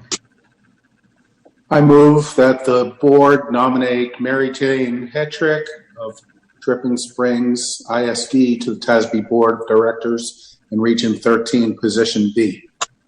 Second. Okay, we have a motion and a second to nominate Mary Jane Hetrick of Dripping Springs ISD to the TASB Board of Directors in Region 13, Position B. Is there any further discussion? All those in favor, raise your hand. All right, that passes 6-0. And then now we are to action item J3, the budget amendment and fund transfer. And actually, before we start, Dr. Oddix, I wanted to congratulate you. I understand you are a new grandpa this week. So is that your first grandbaby? That is the first one. Got the second one due next month. So it's going to be wow, that's exciting. Yeah. Well, congratulations. Congratulations. Thank you very much. The new chapter. So in terms of the budget amendment, we're bringing 4 budget amendments to you tonight for consideration. As you know, the board adopted the budget on June 18th. The board also asked that we bring back to the board budget amendments for the creation of an equity department as well as social workers. Last Friday, I sent the detailed budget proposals for both of these to you in a board update. In addition, we're requesting $800,000 for technology, which is mainly for hotspots and software needed to ensure every student is able to learn virtually starting on August the 20th. Property insurance rates have increased dramatically due to losses over the last couple of years from hurricanes and hailstorms. So we need to increase our budget by $750,000 for the quote that we recently got for this coming year's property insurance. Then regarding the proposed equity budget, let me give you a brief recap on where the $1.2 million that we're requesting came from. On June 18th, the Equity Task Force presented to the board and requested to add $1 million to this year's budget. In early July, Daryl Emanuel presented a detailed plan to the leadership team with a price tag of $1.2 million. This request was later increased by $500,000 to $1.7 million, of which $400,000 was to increase professional development from $200,000 to $600,000 and to increase community outreach by $100,000. The administration's recommendation tonight is for $1.2 million. Daryl Emanuel is here and can answer any questions you have on that. I think it's important to note, as Daryl stated in an email to me this week, is that this is simply, when you boil it down, this is a task force recommendation. Whether it's $1.2 million or $1.7 million, that was their recommendation in terms of, hey, here's much for staffing, here's much for professional development, et cetera. The real rubber is going to meet the road when we actually hire the Chief Equity and Inclusion Officer. It's then going to be that person's responsibility to say, hey, this is what I'm hired to do, and here's what I think. I either agree or I would tweak whatever the Equity Task Force recommendation is, but they're going to be the ones that we ultimately hold accountable for producing whatever outcome we want out of that department to produce. And so the actual budget itself, we have to hire that person to put that in place. So that's kind of the backdrop on the equity budget. And then the other, in terms of the social workers, I sent you that detail last Friday, and Dr. Amy Grosso's on the call that can answer any questions. But it's basically for hiring, the district would hire 10 social workers, 2 per learning community, as well as contract with company Carry for Kids to add 5 positions, which would be 1 per learning community. And that went in the board update, gave information about what each of those staff members' responsibilities would be, and what the contracting, what Carry for Kids does as well. But you have, both of those, basically the experts in both of those areas here if you have additional questions. So kind of setting the table for the budget amendment, but that's the background. And if you have any questions, you can pose it to the people on the call. Ms. Vessa. So regarding the equity dollars, can you describe a little bit about the 6 positions? I mean, obviously the chief or the equity officer over it. What would the other positions be doing? Right, and I think the best thing, since I want to take Daryl worked that. So if you want to speak to your committee's work on that. Yes, Dr. Alex, thank you. So I'd just like to reiterate that this is all a recommendation. I think it will be dependent upon the chief equity officer whenever they come in to determine. But what our vision was as an equity task force was to have 2 branches underneath them, which would be an equity coordinator of professional learning. So they would determine, they would potentially create, and they would facilitate professional development, not only with staff of the district, but also with community members. But in coordination with that, we'd have a coordinator for community collaboration. So that's going out into the community, having events, making sure that we're engaging with some of the families and students and parents, businesses that may not necessarily get that connection with the district. So we have two different pathways there. And then underneath those coordinators, there would be equity specialists that would support those efforts. And then the final position was just an executive assistant. Thank you. That's helpful. So would these like coordinators be then like getting trained in certain like beyond diversity or other trainings that like courageous conversations, so that we could provide those trainings in-house? Well, in the ideal situation, they would come with that experience to the position. So we definitely know that as educators, we're continuously learning and we're continuously growing. We would expect for people that would hold those positions to walk through the door prepared to lead the district. Ms. Gonzalez? Just a quick question. I know a lot of this is contingent on hiring a chief equity officer. So I was just wondering where we are as far as that hire. That I believe that would be a question for the Human Resources Department. I can take on that before Annette. I see Annette, and that's a great question. That's one of the things that, internally, if we did that, we would have Annette, Vieira, and HR spearhead that effort. But what we want is a national search to be taken place so that we get the best candidate possible, because this is obviously very, very important work. So with that, we're looking right now at a couple of options. And one of the things, though, in one of them, there might be a delay in getting started, and one may require a request for proposal depending on the cost. So one of the things that I do know, if the board adopts this budget amendment, one of the things we need to do is then discuss. That's a discussion we need to have fairly quickly, because I know that we don't want to rush this, but at the same time, my hope was that this would have been posted really the first part of summer, or as soon as we can get this approved, obviously. So, we need to make some decisions with that. I need to consult with the leadership of the Equity Task Force, but that's where we're at right now, with a couple of options. One may take a little longer and require an RFP, or one that we can get started fairly quickly. Or if we decide, hey, this is important enough, let's get a group internally and work with our HR department. However we do that, that's what we'll work on. So with that, Annette, do you want to add anything? No, you're exactly right. So we are waiting, of course, too, if the money to be approved to do so and to move forward. So again, it would be that we would be able to, if we decide to do a long-term search, which is what has been suggested, that we use a search firm, then that may take a little bit longer, like you said, and we may have to go out for an RFP, because we've already been doing a little bit of research to be prepared for, should the budget be amended, that we're able to move forward very quickly. So, Ms. Feller?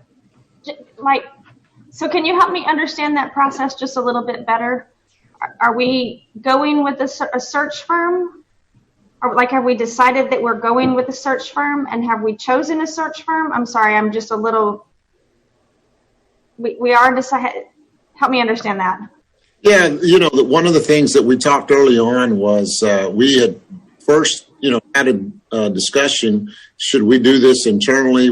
Joyce James has also assisted us with saying, hey, possible search would be in order, as well as the leadership, Daryl Emanuel, and the Equity Task Force leadership said, this is what we would recommend. So I moved ahead with that. I had Annette look into that, and that's where we are right now. So yes, we were hoping for a search, so that again, as we continue to work on trust and transparency, I mean, we can definitely leave that to someone who has hired equity officer or diversity officer somewhere in the state and nation as well. So someone with some vast experience, which obviously this is a new department tonight. So tonight is a historic night in many ways, in the sense that this would be a department that's created. So this funding of 1.2 and the positions, back to Ms. Vesta's question, a very good question, especially as we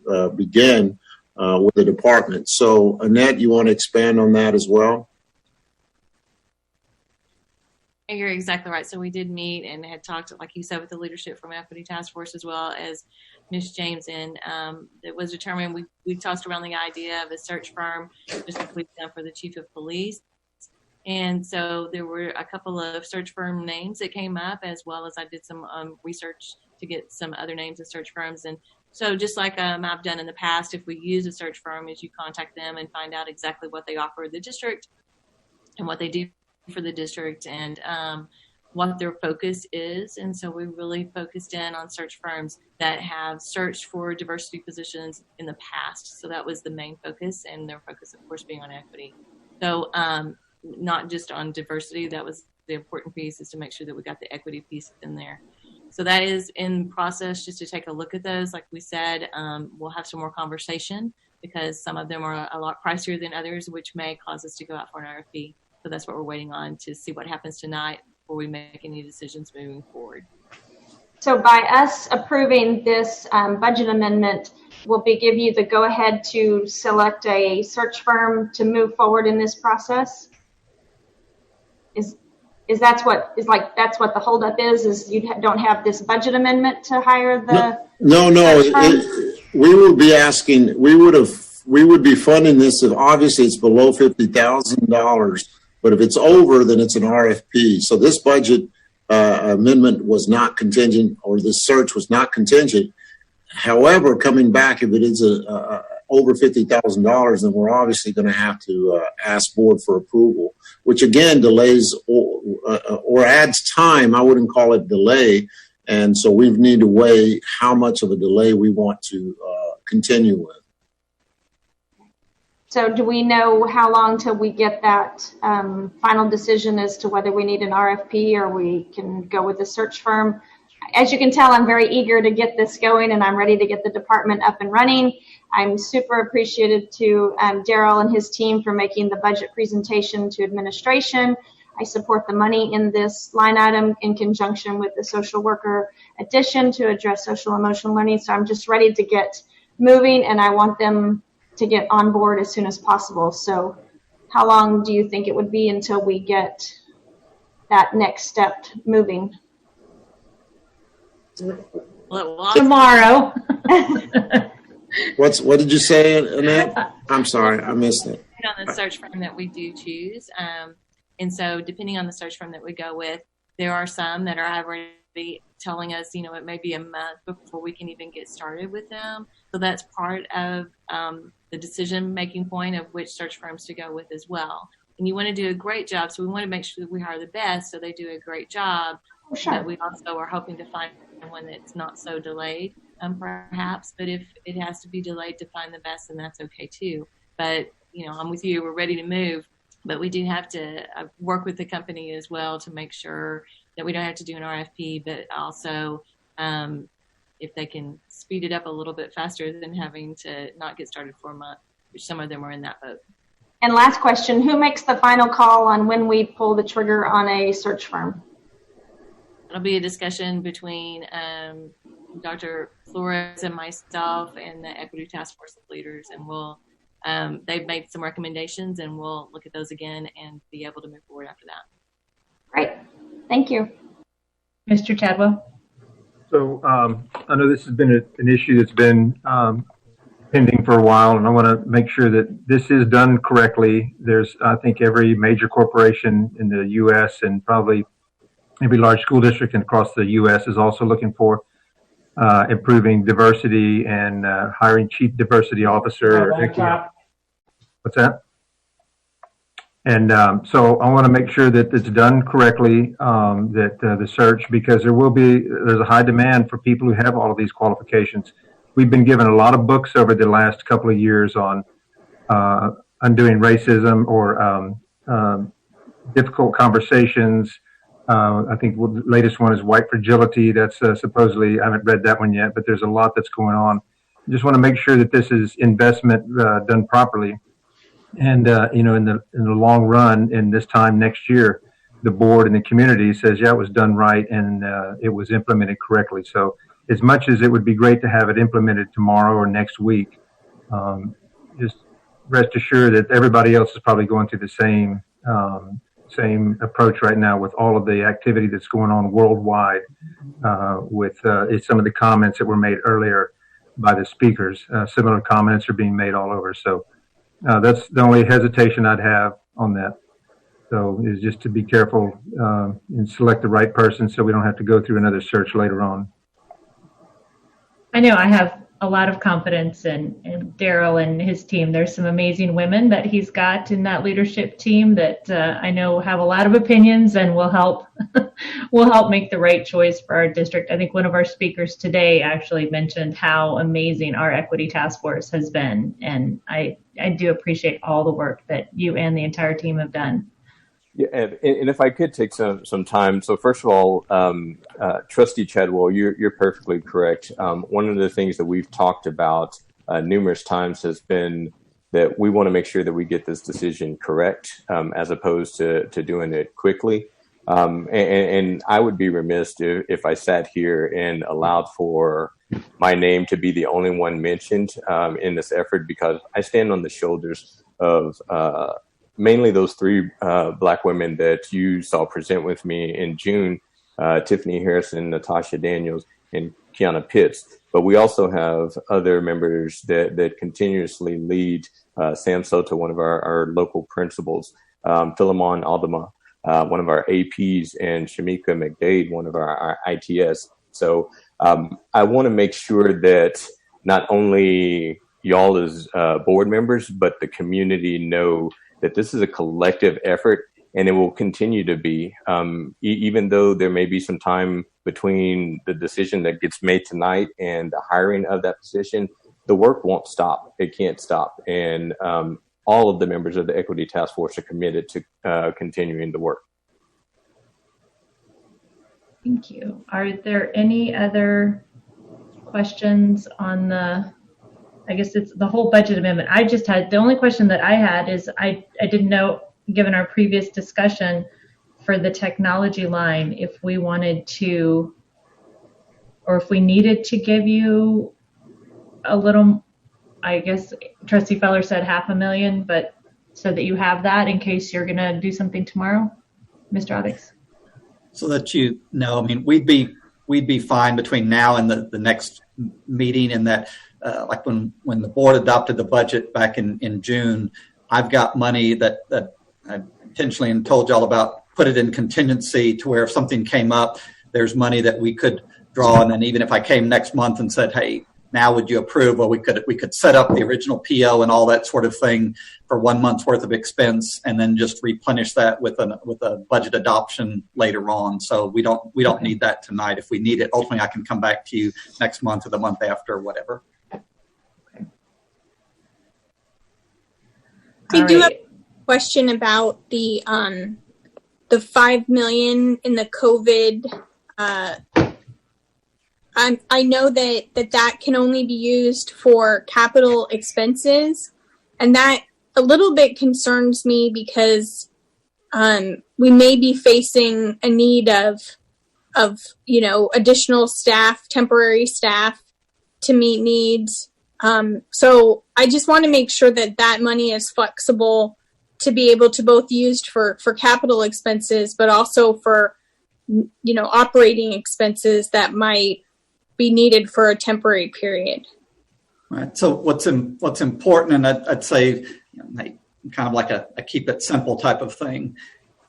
In this situation, you basically have two buckets. We've got our budget, our operating budget, where payroll and staffing gets paid out of.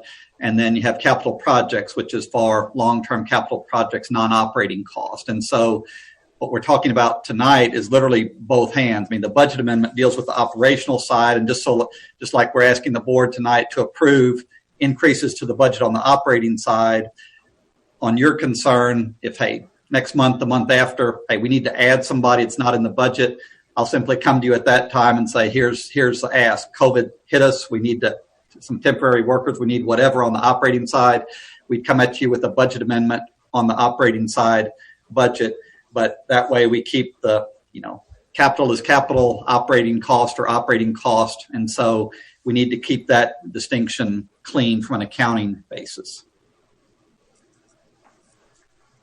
We don't have any allocated funds to, I mean, that would be just as an ad needed basis. And if we don't spend the $5 million, it just reverts back into the general capital projects fund.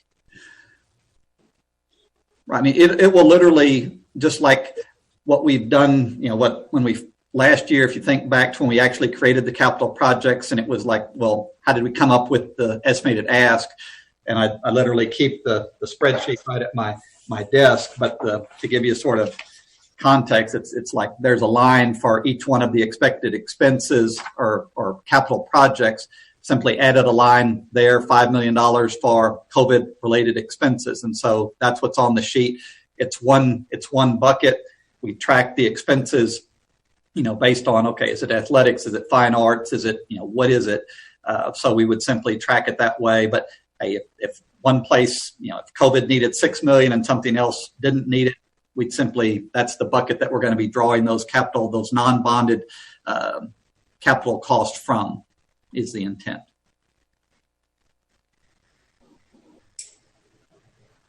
Madam President, I move that the board approve the transfer of funds from the general fund to the capital projects and print services funds as presented. Second. Okay, we have a motion and a second, but I actually want to make sure that looks like just the bottom part of this budget amendment. It's not including the equity, social workers, technology, and property insurance. Now, the budget amendment that of the total, of 3.9 million is $1.2 million for equity, round numbers, $1.2 million for social workers, $800,000 for technology, and $750,000 for property insurance. Right, but the motion that we have written, the language of the motion just says general fund to capital projects and print services, which is at the bottom of your sheet, but it doesn't include the budget amendments for general fund for equity, social workers, technology, and property insurance.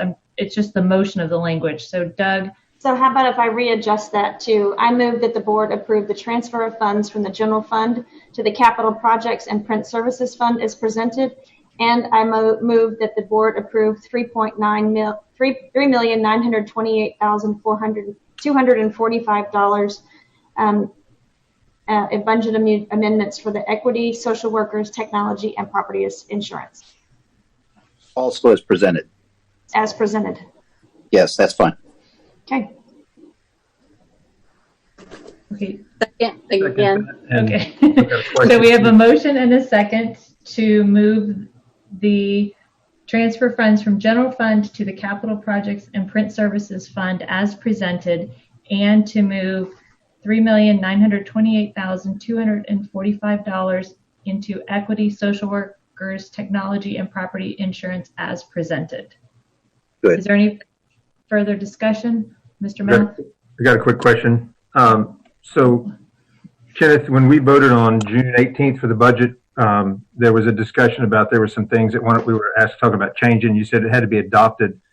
I asked if we could call a meeting the next week, and of course the district was going on vacation or the summer break at that point. But Austin ISD adopted their budget the following week. Was that a Round Rock ISD limitation, or was that a statewide? I thought you implied that you had to have it in before. I always thought it was the end of June 30th, you had to adopt it. Actually, Chad, can I stop you, because we have a motion and a second on the table, so the discussion needs to be about that right now. Well, it's related. It's because of I'm going back to, one of the things we said was we can always amend the budget at a future meeting. So I'll tie it into that way. So just asking for a quick question. Quick response, please. So the piece and talk with, literally that night, we were having a back and forth, with Director of Finance, Sarah Kahn and Rhonda. And it was that we have to get it adopted 10 days before the end of our fiscal year. Now, what I don't know in terms of, not aware of Austin, I'm not aware of if their fiscal year is the same end of our fiscal year. I don't know if they're July 1 to June 30, and I can research how they did what they did. I mean, what you're saying is news to me, but I know that, the guiding light that we were using was that we had to have this had to have ours done 10 days before the end, which was June 30, so it had to have been done by June 20th. Okay, I just didn't know if that was a district-wide. Each district had its own rules or guidelines. No, it's not a district-wide. It's a state. Mr. Math, did you have something? Yeah, I just wanted to add a statistic. I know that many that have emailed us and some of the speakers often ask that we make a proportional commitment to fund the Equity Task Force and mental health compared to the $1.7 million that we are using to fund the police department. And when you sum the two together, 1.2 and 1.2 is 2.4. The sum is actually 40% higher than the 1.7. So I just wanted to commend the staff for making a tangible investment into those two important areas. All right, so we have a motion and a second. All those in favor, raise your hand. All right, it passes 6-0. Thank you. Madam President, before you move on that item, I just want to thank the board collectively for that adoption of the budget. And what we also tonight is historic with regards to equity, but it's also with regards to the social mental work, emotional work. And we have Dr. Grosso, and so I would like for her just to give a brief overview so that those that are watching know exactly that portion as well. So Dr. Grosso, thank you again, board, for challenging or at least asking us last June to come back to a future board meeting. We did that. I'm proud of staff. I'm proud of the Equity Task Force, and I'm proud of Dr. Grosso and Jeff Yarbrough for coming back with this proposal. So I'd love for her to say a few words about it. Yeah, thank you, President Weir, trustees, and Dr. Flores. Very much thankful for this investment in behavioral health, not only with the creating of the behavioral health department, but then now funding it to increase drastically. And so the funding will provide 10 social workers, as was mentioned. It'll be 2 per learning community. And it'll also the Carry for Kids program, which we've had one at Round Rock Opportunity Center, but this will provide us to have 1 per learning community. And they really target working with kids that are already in a discipline referral process, so helping them not stay on that process. But then the social workers, starting from as soon as we can get them hired, will be helping our families. And it's been a need since before COVID, and it's even a more need now of how do we help connect our families with wonderful resources in the community, but how we can move that forward and really looking to be very preventative in what we do, so we're not always playing catch up. And so thank you so much. I'm really excited. I know our principals are going to be thrilled. Principals have very much been wanting this, and so thank you for that. And I know you're going to have a lot of excited staff. I'm excited. My mom's a social worker, so I know exactly how important they are to the community. And I think right now they're going to be needed so much. So yeah, I'm excited. And just a big shout out of a thank you to Dr. Grosso. She is such an asset for this district and such an advocate for mental health and social emotional learning, and just how lucky our 51,000 students and their families are to have her and her team advocating for our district. And I think it's individuals like you and your team that are helping to break down those stigmas and barriers that have long been associated with mental health.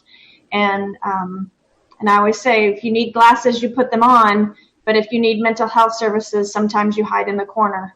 And I don't want that to happen. And so I just really, really appreciate you and your team for everything that you're doing to take care of that almost invisible barrier that exists for so many of them. So thank you. Thank you. All right. Thank you all. So we will now go to action item J4, adoption of revised Round Rock ISD fiscal and budgetary strategy. Madam Chair, was there a vote on the last motion? I don't know that I heard that. I think there was a motion and then Yes. Was there a vote? We raised our hands. It was 6-0. Okay, thanks. All right, Dr. Oddix. So the next one, in terms of recommended revision to the fiscal and budgetary policy, sent this in the board update on Friday. The two main were really the most meat to the changes one is on page 5, and that's per President Weir's request to add. Since last year we added a capital projects fund, created one. We added a section in there on page 5 about the capital projects fund. And then also on page 12, in the change to the debt service fund, like I said during the monthly financial report, taking out that requirement of both the IRS requirement that I said in the board update isn't relevant, and then also the requirement of not less than 20% of the subsequent year's debt service requirement, which that policy would require us to raise our INS tax rate, even though right now, after the August payment, we still have over $18 million in that. I'm waiting for that's them to get out of this. main, the reason for the real meat of the changes that are being recommended. Daryl. I don't know what they're going to do. Daryl, your microphone's on. Thank you. Did anyone have any questions for Dr. Oddix? Ms. Vessa? I did, but he answered them in our board update, and I think it's okay. Or Mike. Right. Mr. Math? I move that the board adopt the Round Rock ISD fiscal and budgetary strategy as presented. Second. All right. We have a motion and a second to adopt the Round Rock ISD fiscal and budgetary strategy as presented. Is there any further discussion? All those in favor, raise your hand. All right, passes 6-0. And then we have our resolution J5 for emergency related. I can't read anymore. It's now 10:38. Dr. Oddix, I'm just going to turn it over to you. As long as it's 2 out of 3 ain't bad, but I'm going to try for three for 3 here. So at the March 31st board meeting, the board adopted a resolution giving the superintendent authority to make decisions in real time due to the fluid situation brought about by the pandemic. This authority expired on June 30th. I asked Doug Ponick to draft a new resolution to give, given that Dr. Flores will need authority to pay staff and make timely decisions. President Weir, he did a draft. President Weir sent in some suggested changes that are redlined you have 2 attachments on this agenda item. One is the actual, the second of the 2 was the resolution that you adopted on March 31st. The other one that's the redlined version are the changes that Doug Ponick made, as well as the suggested ones that President Weir made. And that's the resolution that's before you. Dr. Flores has reviewed it, and we're good with that proposed resolution. That resolution would be through the authority to that would end with the fiscal year on June 30, 21. And I guess I'll just follow up real quick, just for those that didn't understand why we were doing this. We really needed, our previous resolution had expired over the summer, and we did want to be able to pay for our hourly employees and some of our bus drivers and that sort of thing, right? So we actually have to pass this resolution in order to be able to authorize the superintendent to do that. Right. Mr. Chadwell. So the main thing that I see is on page, it's about the $50,000 limit. Those are all redlined. Am I reading that right? Is that scratched out? Yes. No limit, or what does that mean? It means that authority where that authority existed in the initial resolution, like the March 31 that you adopted, it no longer exists in this resolution. It goes back to the board now, Chad. All expenditures are 50,000 and greater. I think our policy is 50,000 and greater. Yeah. That's correct.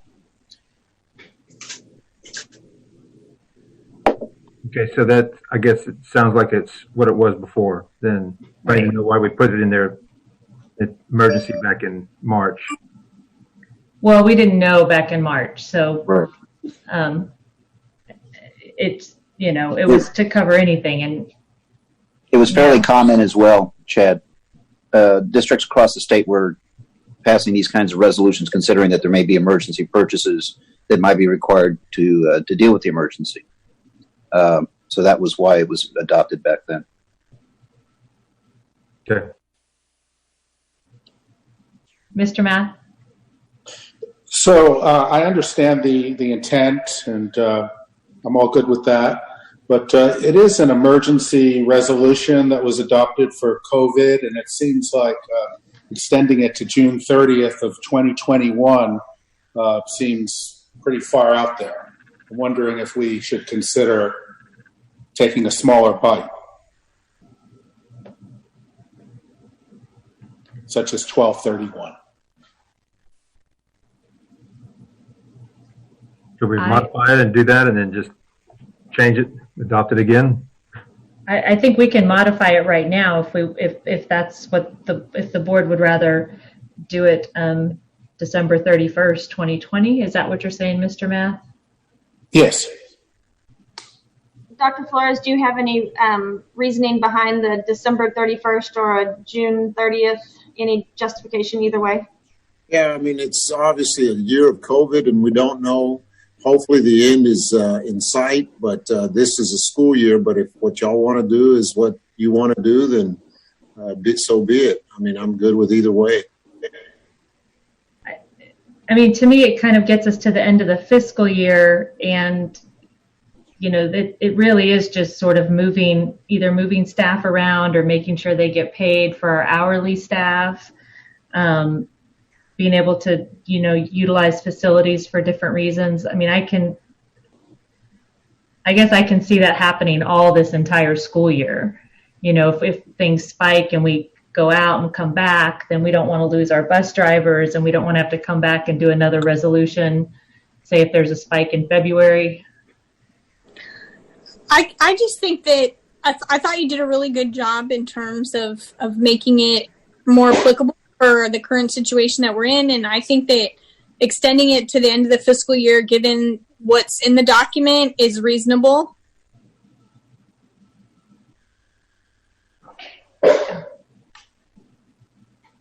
This isn't the sword I'm going to fall on. Do you want to make a motion then? Does somebody want to make a motion? We're so close. I move that the board adopt the resolution regarding delegation of authority during emergency related to COVID-19 pandemic as presented. Second. Okay, we have a motion and a second to approve the resolution regarding delegation of authority during emergency related to COVID-19 pandemic as presented. Is there any further discussion?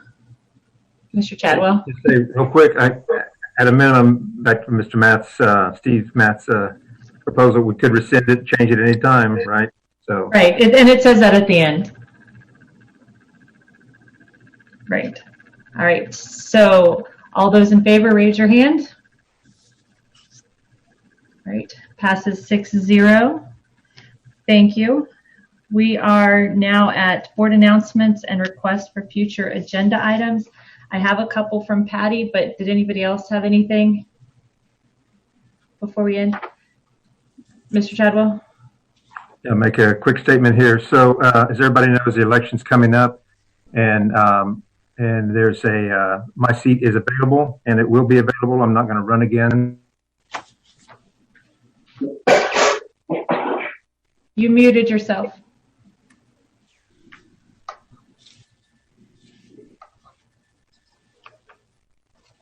I moved my mouse over. So anyway, I don't know what you heard, but I said.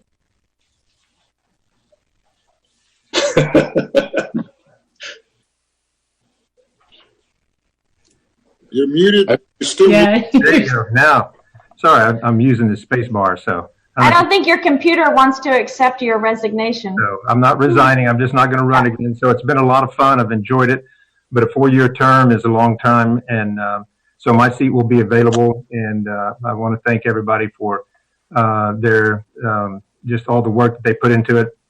Round Rock ISD is in a great spot. We have a great community, great staff, and it's been. I'll miss a lot of it, but I'm not going to miss these long meetings. I will be honest with that. So again, thank you to everybody who's participated, and I look forward to seeing the election coming up, and I'll be available to help out in any questions. Again, I want to thank my fellow trustees, all of them that I've worked with over the years. Thank the staff, the community members who've all reached out to me, my family, my parents, my sons who kind of got me into this. My sons did initially, and then of course my parents are involved right now. But anyway, so I wish the next person who takes place 2 the best, and for all the other seats that are up as well. So that's my comment. Again, thank you, and I look forward to serving until the election and a week or 2 after that when we do the changeover. Thank you. Wow. So I'll thank you for your service. We've served together for 3 years. Been through some good, some bad, some ugly. But, one thing that's indisputable, you've always cared about kids. You've always cared about employees. You've always been approachable to the community. And to borrow a few words from one of my favorite songs, I'm from New York. So one of my favorite songs is My Way. So the record shows you took the blows and you did it your way. So kudos. Thank you very much, Steve. I appreciate that. So, and I agree with all of those statements. So. Well, thank you, Chad. We still have a few more months before we have to say goodbye to now 3 of our board members. So that's going to be a big meeting in November. Just from Patty and I were talking, and I know Dr. Flores and his staff have talked. If everyone, I don't know if I'll just throw the dates out there because it's already so late, but if people can look at their calendars and get back to Patty, August 27th, doing a called board meeting on the COVID update, and then we would do the first reading of the TASB policies that just came out. And then September 3rd, a called board meeting workshop for the second reading and adoption of the TASB policy updates, and a facilities workshop at that same time. Right now, September 10th, scheduled for in-person class. We've got our regular board meeting. And then we were looking at either September 22nd or 24th for a called board meeting on the operating procedures and board policies, the committees, the workshops, all the things we've kind of talked about in our earlier meetings for agenda items that people had requested. The Miles Bradshaw report, trying to update our audit policies and all of that. And then October 27th or 29th would be the superintendent's summative evaluation. And I'm hoping Patty will send an email, but if people can check their calendars and get back to her as soon as possible so that we know that works, because I know this works for staff. So if we can get board members there, that would be great. Are there any other announcements or requests for future agenda items? Ms. Feller? Just about our one absent trustee, I did have the authorization to just let the community know that the reason Trustee Moses is not here today is he did have surgery. He did pass along his sincere apologies for not being here. He did understand the importance of the meeting, but obviously surgery came first. So we are all keeping him in our thoughts and prayers as he recovers. But I did want to pass along that message from him to the community that that's the only reason he would have missed a meeting at this conjuncture. So, thank you, and you did tell us earlier that it was successful, and he's hopefully. I'm not sure when he'll be able to join us again, but on the road to recovery now. Yeah, awesome. Thank you. Thanks for sharing that. Is there anyone else? All right. I do not think that we have anything else in closed session. So it is 10:50. And if there are no objections, we are adjourned. No objection. Good night, everybody. Good night.